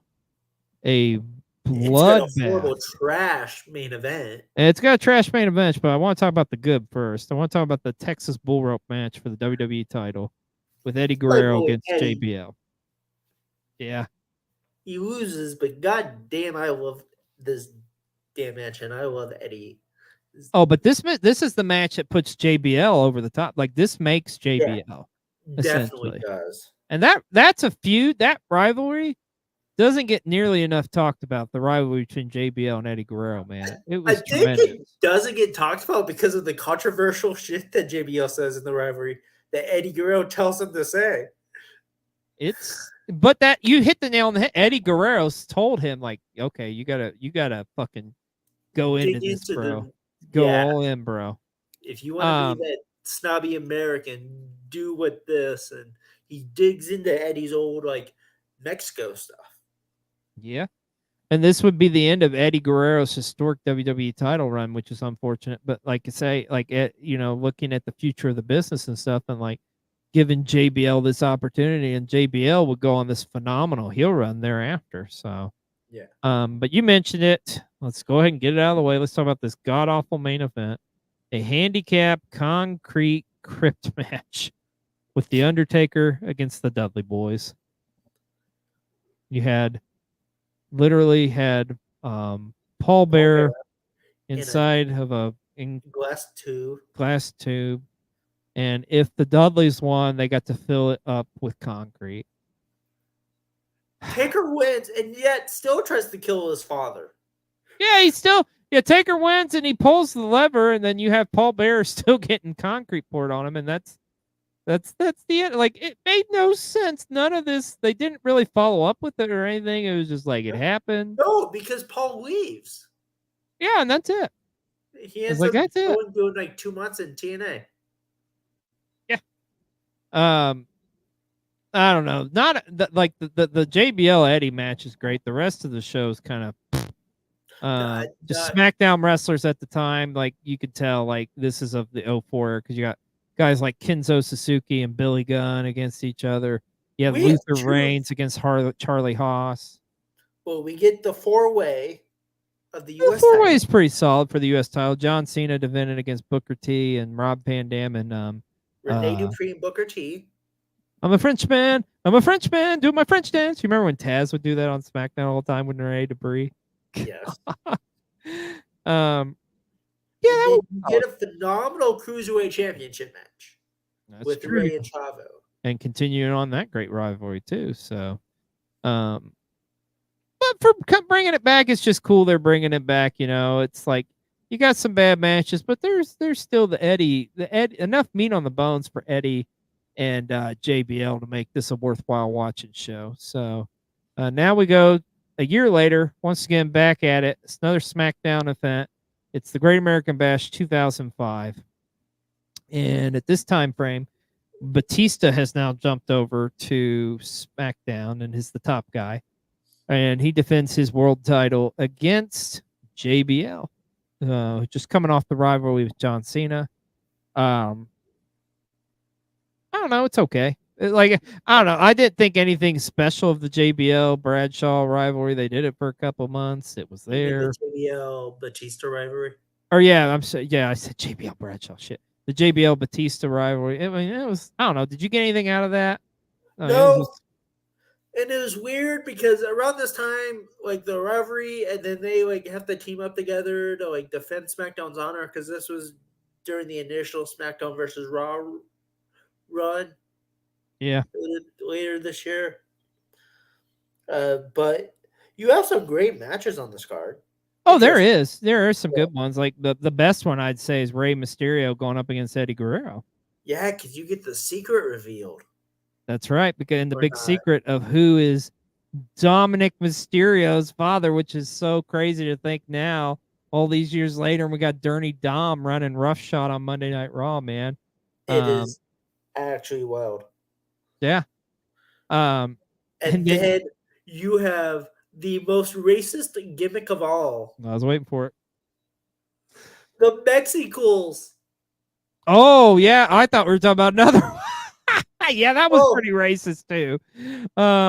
Yeah, you're thinking of no. Yeah, we'll I talk was- about it in a minute. Let's talk about Mexicals though. God damn, was that this- yeah. No, Vince McMahon, that's could the you most racist imagine? gimmick of all things? I that see is- you coming out on lawnmowers. You Oh dear have God. guys in, yeah, you have guys who are pretty much yard workers coming out on Juan Deere One deer, yeah. lawnmowers. Yeah. But they had it's interesting. And This they're matchup legends. It's not like these are three jobbers. It's Hoovitude, Super Psychosis, crazy. and Super Crazy. great and you- luchadors. You turn them into the most racist thing ever, and then you have them wrestle the BWO. I can't say this enough in my lifetime. Fuck Vince McMahon, seriously. But then before that, you do have the second most racist. gimmick of all. Yeah, let's talk about that one, buddy. And this By the would way, be he the just did an end. interview with Chris Van Vliet, and I can't wait. Oh to watch yeah, it. yeah. I've seen bits and pieces, but yeah, I need to check it out. But we get the end of the Muhammad Hassan character as he would go up against the Undertaker in a #1 contenders matchup, which is crazy to think. And I think originally it was penciled in for Hassan to win this. Yes, and then things happened in the real world, and they had to kibosh this character. Yeah. Literally this, and that's all I'm gonna say. But yeah, it was. Oh God, this was terrible. This was terrible. Hey, speaking of terrible, too, I gotta mention the tag team champions at the time frame, or who would win the new Legion of Doom with Animal and Heidenreich. God damn, was that fucking awful. My favorite is the Animal one. So I've gotten to meet Animal's son, James. Okay. I did a football camp with him. He told me that his dad had never really wanted to kill a tag team partner, like he wanted to kill John Heidenreich. And that's saying something because I mean the man had his spike stolen from Ahmed Johnson. Yeah. Yeah. But they would win the tag titles from Eminem on this show. Fucking terrible.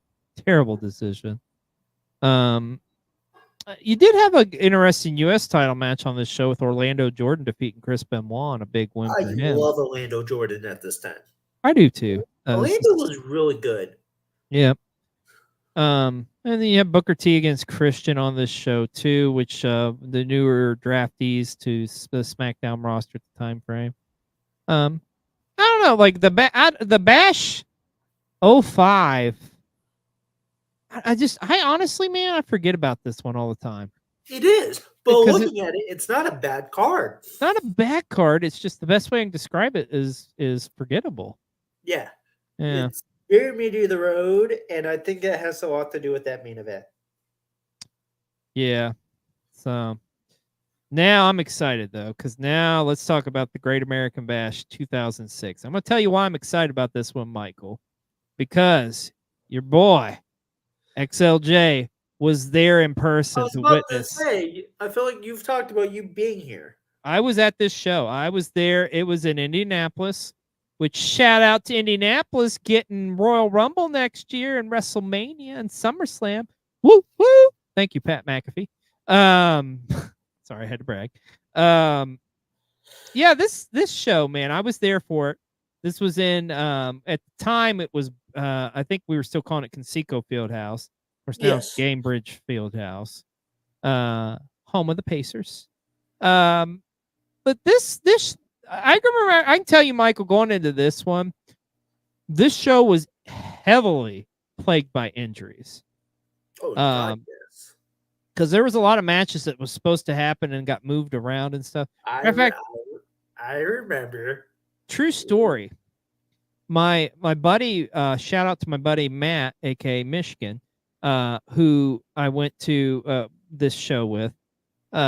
We were eating lunch at, I think it was at like a Church's Chicken or something like that before the show, and sure enough, a relative of Mark Henry's was there, or at least he said he was. I don't know, but I mean, kind of had some inside information because Mark Henry was originally supposed to be on this show against Batista. Yeah, he ruptured his tendon. Yeah, so we found out like firsthand through this guy that okay, Mark's not going to be on the show. So you end up getting Mr. Kennedy as his replacement. And this was like Batista's big like comeback match too, because he'd been injured, out for the past year pretty much.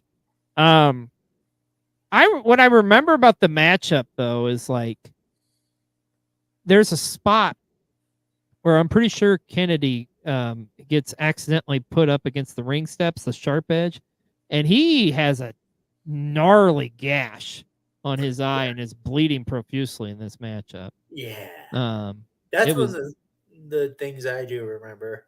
Yeah. But one of the big highlights on this show is this was the crowning moment, no pun intended, of one King Booker, as he would end Rey Mysterio's historic run as the World Heavyweight Champion. Dude, I can remember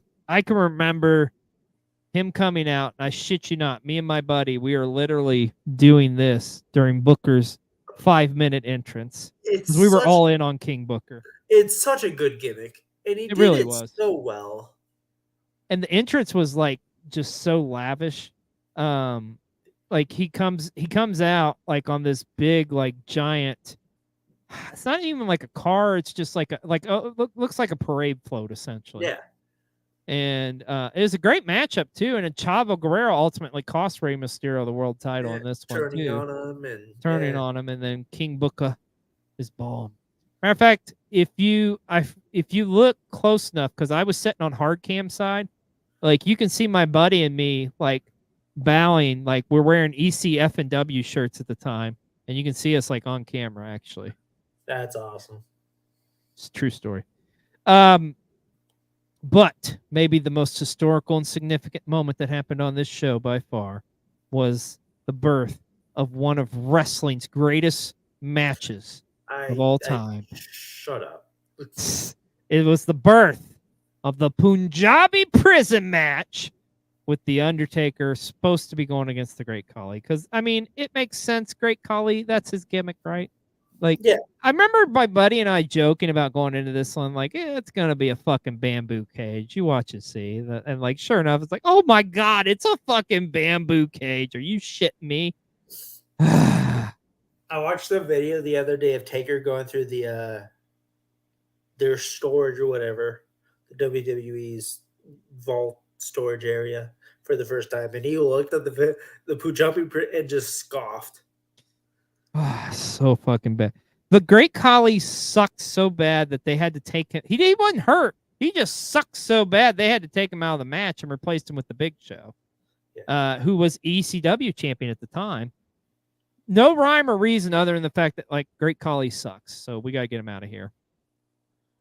No, Was he? I didn't think he was injured. Was he injured? no, they were both pulled So the Great Khali and Bobby Lashley were originally scheduled to compete in their respective matches against The Undertaker in the Punjabi prison match and Well, against Finn yeah, Balor. Lashley was going to be in a 3-way for the U.S. title. Yeah, they were both pulled from the event due to elevated enzymes in the liver that would possibly signify hepatitis.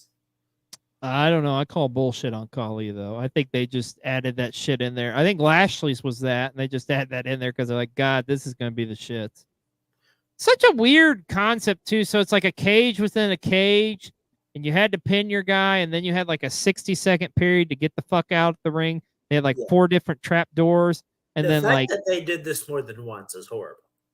yeah, they did it what 3 times, I think. Yeah. And the crazy thing is GCW did this their own version, which is way fucking better than this. I know, because Zilla was in that one. Yeah, damn straight. But The Undertaker would win the first Punjabi prison match. You mentioned the U.S. title. It actually was supposed to be a 3-way with Bobby Lashley against William Regal and Finlay. Ended up being Finlay against William Regal, which fuck, that was a great matchup. Yeah, because this was right after the Keen's Court broke up. Yep, that is true. And then, or no, I don't even think they've formed yet, had they? Oh 'Cause no, Book- yeah, this is before that. Yeah. joined up together. Yeah. And Like- I tell you what, dude, this had a great opener, and I know you absolutely are salivate talking about this one for the tag titles. With- One of my favorite Ruthless Aggression tag teams, You got and the one of the more underrated short-lived tag teams. Mm. They got their name from an ECW name because of course, WWE has the gimmick Right. rights. So you have Paul London and Brian Kendrick, one of the most underrated tag teams, long reign as WWE Tag Champions. Defeating the Pitbulls. Jamie not- Noble and Not Kid Cash. ECW legend Pitbulls, Jamie Noble and a Kid Cash. Yeah. They were a great team. This was a great opener too. Like being there in person, man, this really got the crowd going. It was an awesome opener, and it was it was a great match, man. I loved this matchup. It was solid, dude. And then I gotta be honest, I don't even remember Funaki against Simon Dean. I know that was a dark match, but I don't even fucking remember that. That's hilarious. Because I was about to say I don't remember anything about the Gregory Helms Matt Hardy rivalry. I remember there being a little bit of a rivalry there for a while. Like Gregory Helms, they were trying to get him out of the Hurricane gimmick and make him kind of like a badass this heel. was right after he lost the cruiserweight title, Mm-hmm. Yep. and yeah, And yes, there was a bra and panty match on this show as well. yeah. But There was a 05 too, and I'm happy we missed it or skipped over yeah, it. yeah, because fucking bra, they're stupid, stupid. Should have never even existed. So, but Bash 06 was a solid show, man. Like I say, personally, me being there, I loved it. There was some, you kind of see a trend on these shows. There's some highs and some lows for sure. Now, if we go to next year's Bash in 2007, now we're kind of done with the brand. I mean, the brand still exists, but now it's like every brand is on each show. So now you're getting like loaded pay-per-views with SmackDown rivalries, Raw rivalries, and even ECW rivalries at this point. Yeah. Your main event on this one was pretty solid. I remember this being hyped the fuck up. Bobby yeah. Lashley challenging John Cena for the WWE. title. Underrated rivalry. Really Yeah. underrated few matches. Yeah, and I wish they would have had more matches together, honestly. But remember, at this time frame, we're talking, what was this? Coming off of WrestleMania 23, which was, I think, it was like, Bobby Lashley being built up as like the next big thing, Yeah. And this was his first real main event challenge for the WWE title. Solid matchup. Now, not so solid was the Great Khali against Batista and Kane for the world title. That sucked. What more can you say? It's a Great Khali match. Come on. Yeah. Great Khali is the world champion. Should never happen. In my opinion. Not one bit. Not one bit. Nope.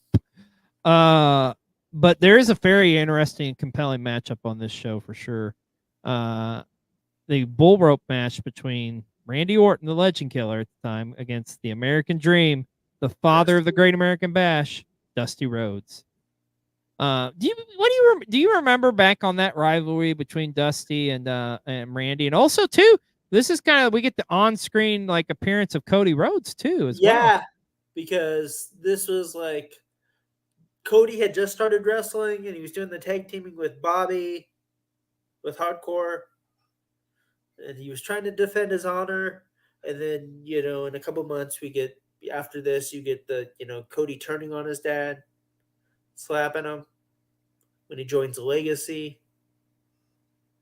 Yeah, it's crazy to think a year later, Cody is pretty much teaming up with the guy who go up against his dad. But this is actually a good, for what it is, the rivalry and stuff. It's the end of the Legend Killer gimmick. Yeah. Because 09, he gets into the Psycho Viper. Yeah. And you know what? I just realized looking at something, I guess I was wrong earlier. I guess the Sandman was on a WWE Great American Bash. I don't remember this match. And a Singapore Kane match against Carlito? Do you even remember that? I don't fucking remember. I kind of vaguely remember that being a rivalry. That was when they started screwing up ECW because they started drafting ECW. Yeah, they put Sandman on Raw, didn't they? Yeah. Yeah. God, this was like right before he got fired or like quit. I can't remember if he released or left, but yeah. This is like the 1 or 2 pay-per-views that he did like on Raw. It was not good. And you also get MVP and Matt Hardy continuing their rivalry. That rivalry was great. That was a good one. Yeah. An unsung one too, because the women's division wasn't looked upon as fondly, but I always thought Candice Michelle and Melina had good matches. Yes. And they wrestled for the women's title. Candice Michelle, one of those girls who came in with the Diva Search, which was a trash thing. She learned how to wrestle and had some pretty good matches. She really did. Yeah, she really did, man. Also, we get the worst championship champion of all time and the goddamn death of a whole division. Oh, are you talking about Hornswoggle winning the Cruiserweight title? I fucking hate this. Yeah, it happened. It was bad. It was really bad. But you know what wasn't bad, though? The ECW title matchup between CM Punk and John Morrison. Not at all. They have great matches. They did. I like John Morrison and Punk matches. And Umaga went up against Jeff Hardy on this show, too, for the IC title. So yes. Not a bad card. I mean, it's not Jeff anything. At his height. Yeah. Yeah. I mean, it was all right, It wasn't anything. It was like around, It wasn't like we're talking about it years later, but I don't know. It was what it was. Now we fast forward a year later and we get the 2008 rendition of the Great American Bash. And it just became trash. Well, that's the next year though they do that. Yeah. Oh, yeah. Okay. Yep. But you're right. Yeah. Then they shorten the name. It's like, what the fuck? But the main event on this show was a pretty interesting one because you got Triple H against Edge for the WWE title. Yes. Which at the time, I don't think those guys ever really met truly in a one-on-one matchup. And then right before that, you have my favorite story coming from a shoot interview ever, and it's the JBL Bradshaw and Cena. Yeah, the John Cena. Have you heard about Brian Myers talking about this? I don't think so. This is a parking lot brawl? Yes. So this is where John Cena and JBL are bloody as all hell. Mm-hmm. So I guess right before this pay-per-view, they had a staff meeting, and Vince and Triple H told everyone that they were going to start going PG towards a PG product. This match happens, and I guess Brian Myers and a bunch of other guys, and Mark Henry. Mark Henry is the key opponent here. They're all watching this match because it was filmed the day before, and then the ending happens. Okay. So at the end of the match, where John Cena's all bloody and hell, whatnot, and he's got the things around his neck and whatnot, and JBL's choking him out. I guess Mark Henry at the TV screens yells out, So when is PG or when is murder PG? And it's literally my favorite story Brian Myers has ever told. Yeah, and yeah, they were on that card too because they won the tag titles that night. I think. Yeah. Yeah, they beat. They won a 4-way. The Major Brothers, of course. You got a young Brian Myers, aka Kurt Hawkins, and Matt Cardona, aka Zack Ryder, winning the tag titles. A big moment for them. You also got CM Punk against Batista for the World Heavyweight title, which ended up in a schmoz. You mentioned Mark Henry. He was in action against Tommy Dreamer for the ECW title. Mark Henry and Tony Atlas as his manager, with Tommy Dreamer and Colin Delaney. Mark, you got any feet pics? I love me some feet pics. Oh, yeah. Yeah, and the whole Colin Delaney thing. Oh my God, I forgot about that. As did most of the world. But you know what though? The big thing that happens on this show that I think is noteworthy is the continued rivalry between Chris Jericho and Shawn Michaels. So good. Oh, it was such a good rivalry this time frame. And of course you get ultimately Jericho defeats Shawn Michaels by a knockout. And essentially afterwards it's like Shawn's going to retire, and then Jericho accidentally hits Shawn's wife at SummerSlam that year, and they continue on their rivalry, have a tremendous ladder match later that year at No Mercy for the world title and stuff. But yeah, Shawn against Jericho was definitely the highlight of this show by far. But you mentioned it earlier, the WWE, their infinite wisdom was like, Great American Bash is too long, so let's just call it the Bash. The fuck, really? So yeah, we get the Bash. Nothing really true memorable off of this. The biggest thing I would say is this is the first real big singles push of The Miz. Yeah. As The Miz goes up against John Cena. Defeated.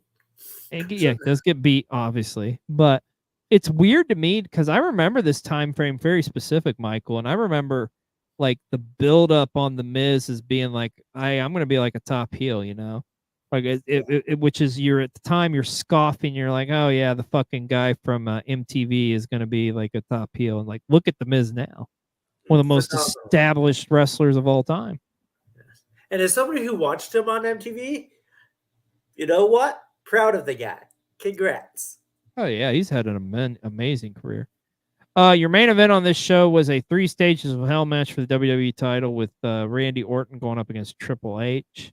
This was, yeah, pretty solid main event. Randy Orton at his highest when it comes to the psycho deviant character that he was against the McMahons is so goddamn good. Yeah. Also, you got that summer rivalry. Was that where Triple H busted into his house? Yeah, it was around WrestleMania time, but yeah, pretty much. Yeah. You also get that summer rivalry between CM Punk and Jeff Hardy for the world title. Rough. You also get the birth of the Chris Jericho and Edge partnership as they win the WWE Tag Team titles, but injury would come to Edge and thus would not be able to continue on with Jericho in that rivalry. But the other match I would say, speaking of Jericho, that was great on this card, probably the best one on the show. Once again, Chris Jericho stealing another great match at Great American Bash. You got him against Rey Mysterio for the Intercontinental title, but that's not all that was on the line. It was title versus mask. Yeah. And thank God they went with the right choice, because I feel like Rey maskless in WWE would be weird. Yeah, like, because I still freak out about him and the Filthy Animals, man. That was weird. Like with him not have, I don't know. I didn't like. I love that era though. Rey Mysterio and the Filthy Animals with the devil horns. I have no problem with like the wrestling. It was weird for me to see him without a mask, I guess. It is very weird. Yeah, I don't know. But this once again, you get, unfortunately, this great set of shows comes to an end in a sad way, as this would be like the last WWE version. Well, that's not entirely true. It gets so bad they actually make it a SmackDown special. Yikes. Like, what the fuck, man? Like, just you really regulating the Great American Bash now to like a SmackDown special? Are you fucking kidding me? Like, I don't even remember this honestly, but thinking I wasn't really watching it this time frame. Do you even remember this show? No, I do Yeah. not. Well, happened in Texas. Very underwhelming. I mean, hell, the main event you had Zack Ryder win a battle royal. To be the guest general manager, no, I don't remember this shit at all. Whoopty. Yeah, it's just yeah. All Yeah. right, yeah, we can Awful. skip over this. Yeah, awful. But you know what? Like a Phoenix Rising, because it's greatness. Now we get the final rendition where we are at with the Great American Bash. As now the Great American Bash is a part of the NXT lineup of shows. And the first one kicked off in 2020, first during COVID. But this was a 2-night event, but a massive main event on night 2 as you get the title for title match between North American champion Keith Lee and Adam Cole, the NXT champion, a winner take all. And of course, Keith Lee would win and become the NXT champion. Man, I miss me some fucking Keith Lee. I try to be nice to certain companies and whatnot, but he's being misused and screwed, and Yeah, it's bad. It is bad. But this was like a 2-night event they did, bringing it back as part of NXT's regular lineup of weekly shows they do.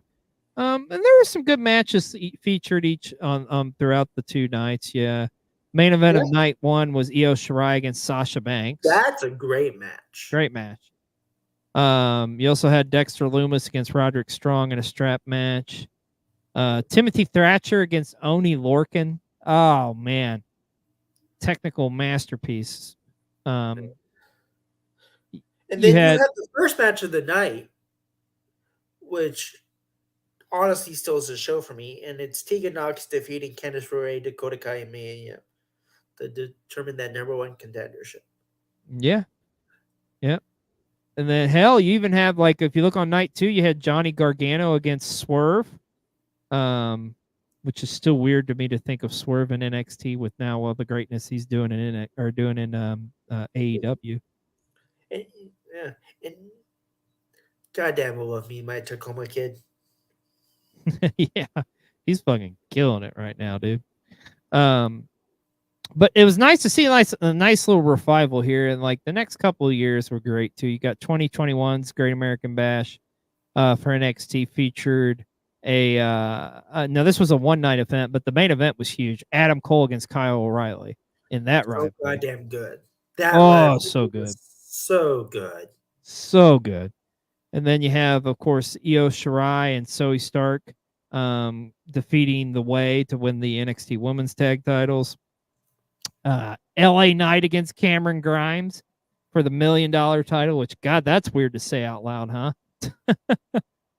The way they let down Cameron Grimes pisses me off. Yep. But you know what? He's going to go on to do bigger and better things, I think, outside of WWE. And, of course, you had MSK defend the tag titles against a unique tandem of Tommaso Ciampa and Timothy Thatcher on That's the show. weird for me to say. Yeah. MSK, with what Wesley's been able to do in a singles career. Oh, yeah. Yeah, he's done awesome, man. I forget that he was part of that tag team. Yeah. And then you get to the Great American Bash 2023. We've got Braun Baker defending the NXT title against Cameron Grimes in the main event. 22? Yeah. Or 22, I'm sorry, yeah. The Creed brothers. Yeah, the Creed brothers going against the Diamond Mine for the tag titles. Carmelo Hayes and Grayson Waller for the NXT North American Championship. It's crazy. You look at this card and like look at all these guys that are on the main roster now, man. It's like being pushed as top guys. It's awesome to see. Tiffany Stratton going up against Wendy Chu. Trick Williams going up against Wes Lee. And then you got Cora Jade and Roxanne Perez defeating Toxic Attraction for the NXT Women's Tag Team titles, man. And then let's talk about last year's Great American Bash for NXT. which kind of went from the format of a NXT weekly special to a premium live event. God, I hate saying that. But anyways, how about that main event from last year? Carmelo Hayes against Elio Dragunov for the NXT title. Fucking phenomenal. Oh my God, one of the best matches of last year, honestly. Tiffany Stratton defeating Thea Hale, my girl Thea Hale, who I still think Thea should have won that match, as much as I love Tiffany time. But and then you had the Mr. Dirty Dom, the man, the hoe himself. Yeah. But no, the Versus one I was going to Wesley. talk about, what about the in-ring debut of Gable Stevenson? Because that worked Oh. really well.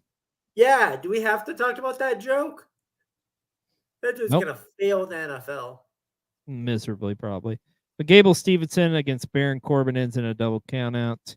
We get a weapons match with Roxanne Perez going over on Blair Davenport. The family, D'Angelo and Stax, winning the tag titles from Gallus, which personally I think was bullshit, but whatever. Because I love Gallus.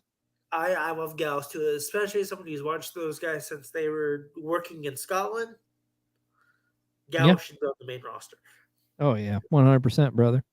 But there you have it, folks. So now it's just crazy to think. It started off with the NWA, then it was WCW, then it was WWE, and now it's NXT. And I'm sure probably in the next month or so, that'll probably be the next one after Heatwave, will be NXT coming at you with the Great American Bash. Oh, probably will. I can't wait. Let me ask you as we're kind of finishing up here. What do you think overall is like the legacy of the Great American Bash? I think it's the summer beginning and or ending for a lot of great rivalries and matches. Yeah, really, that's a great way of putting it. Because I mean, there's so many great stories that were told. I mean, we talked about it all here today. Some of the shows were great, some of them not so great. But I mean, it's just a mixture in between. I hold the Great American Bash. Here's my thoughts on it. As far as the lineage, I think the Great American Bash was like the beginning of WCW summer, like you said, and the end of their summer was the Bash at the Beach. Yeah. And to me, those two pay-per-views combined were the same as what SummerSlam was for WWF. Yeah, WWE. that's what I was gonna say. It was like when you put the Great American Bash at the beginning of the summer, it's like the culmination to all the rivalries and matches in like the winter and spring. And they usually culminate at Great American Bash. And then SummerSlam is the beginning of the stuff that leads up to WrestleMania. Yeah. But I'm happy they brought it back. I'm happy it's going to continue on, I think, for years to come. Hell, I'd love to see it even become like a main roster pay-per-view. I think that'd be awesome as hell, too. I think with them starting to bring back WCW pay-per-views, because I put in the group chat, they're bringing back Super Brawl. Yeah. I think we're going to see that in NXT first. I would not be shocked. But I think things like Great American Bash, Super Bowl, they're going to be probably main, especially since I know Triple H has put on record that he wants to get away from gimmick pay-per-views. Yeah.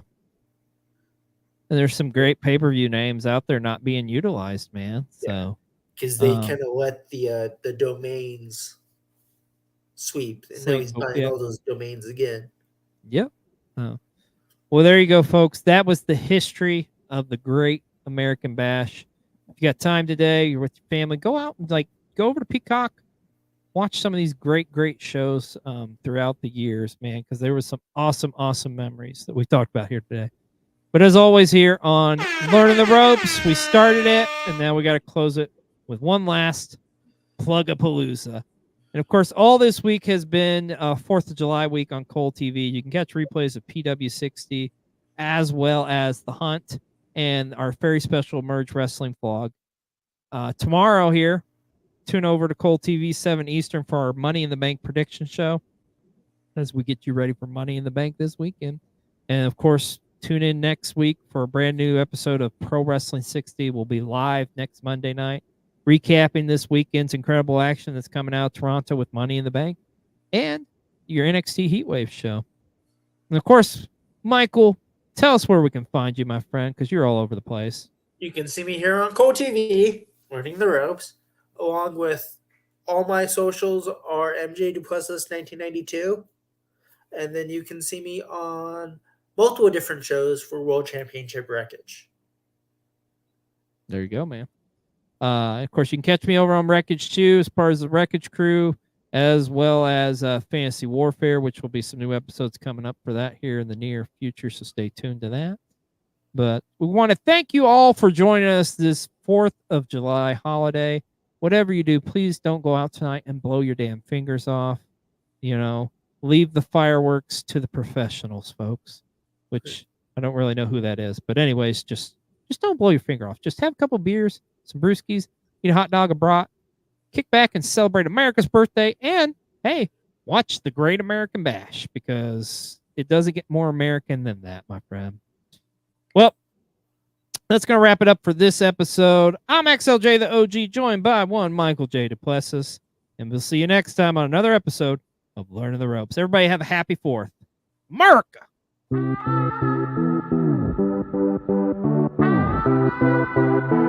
Thank you.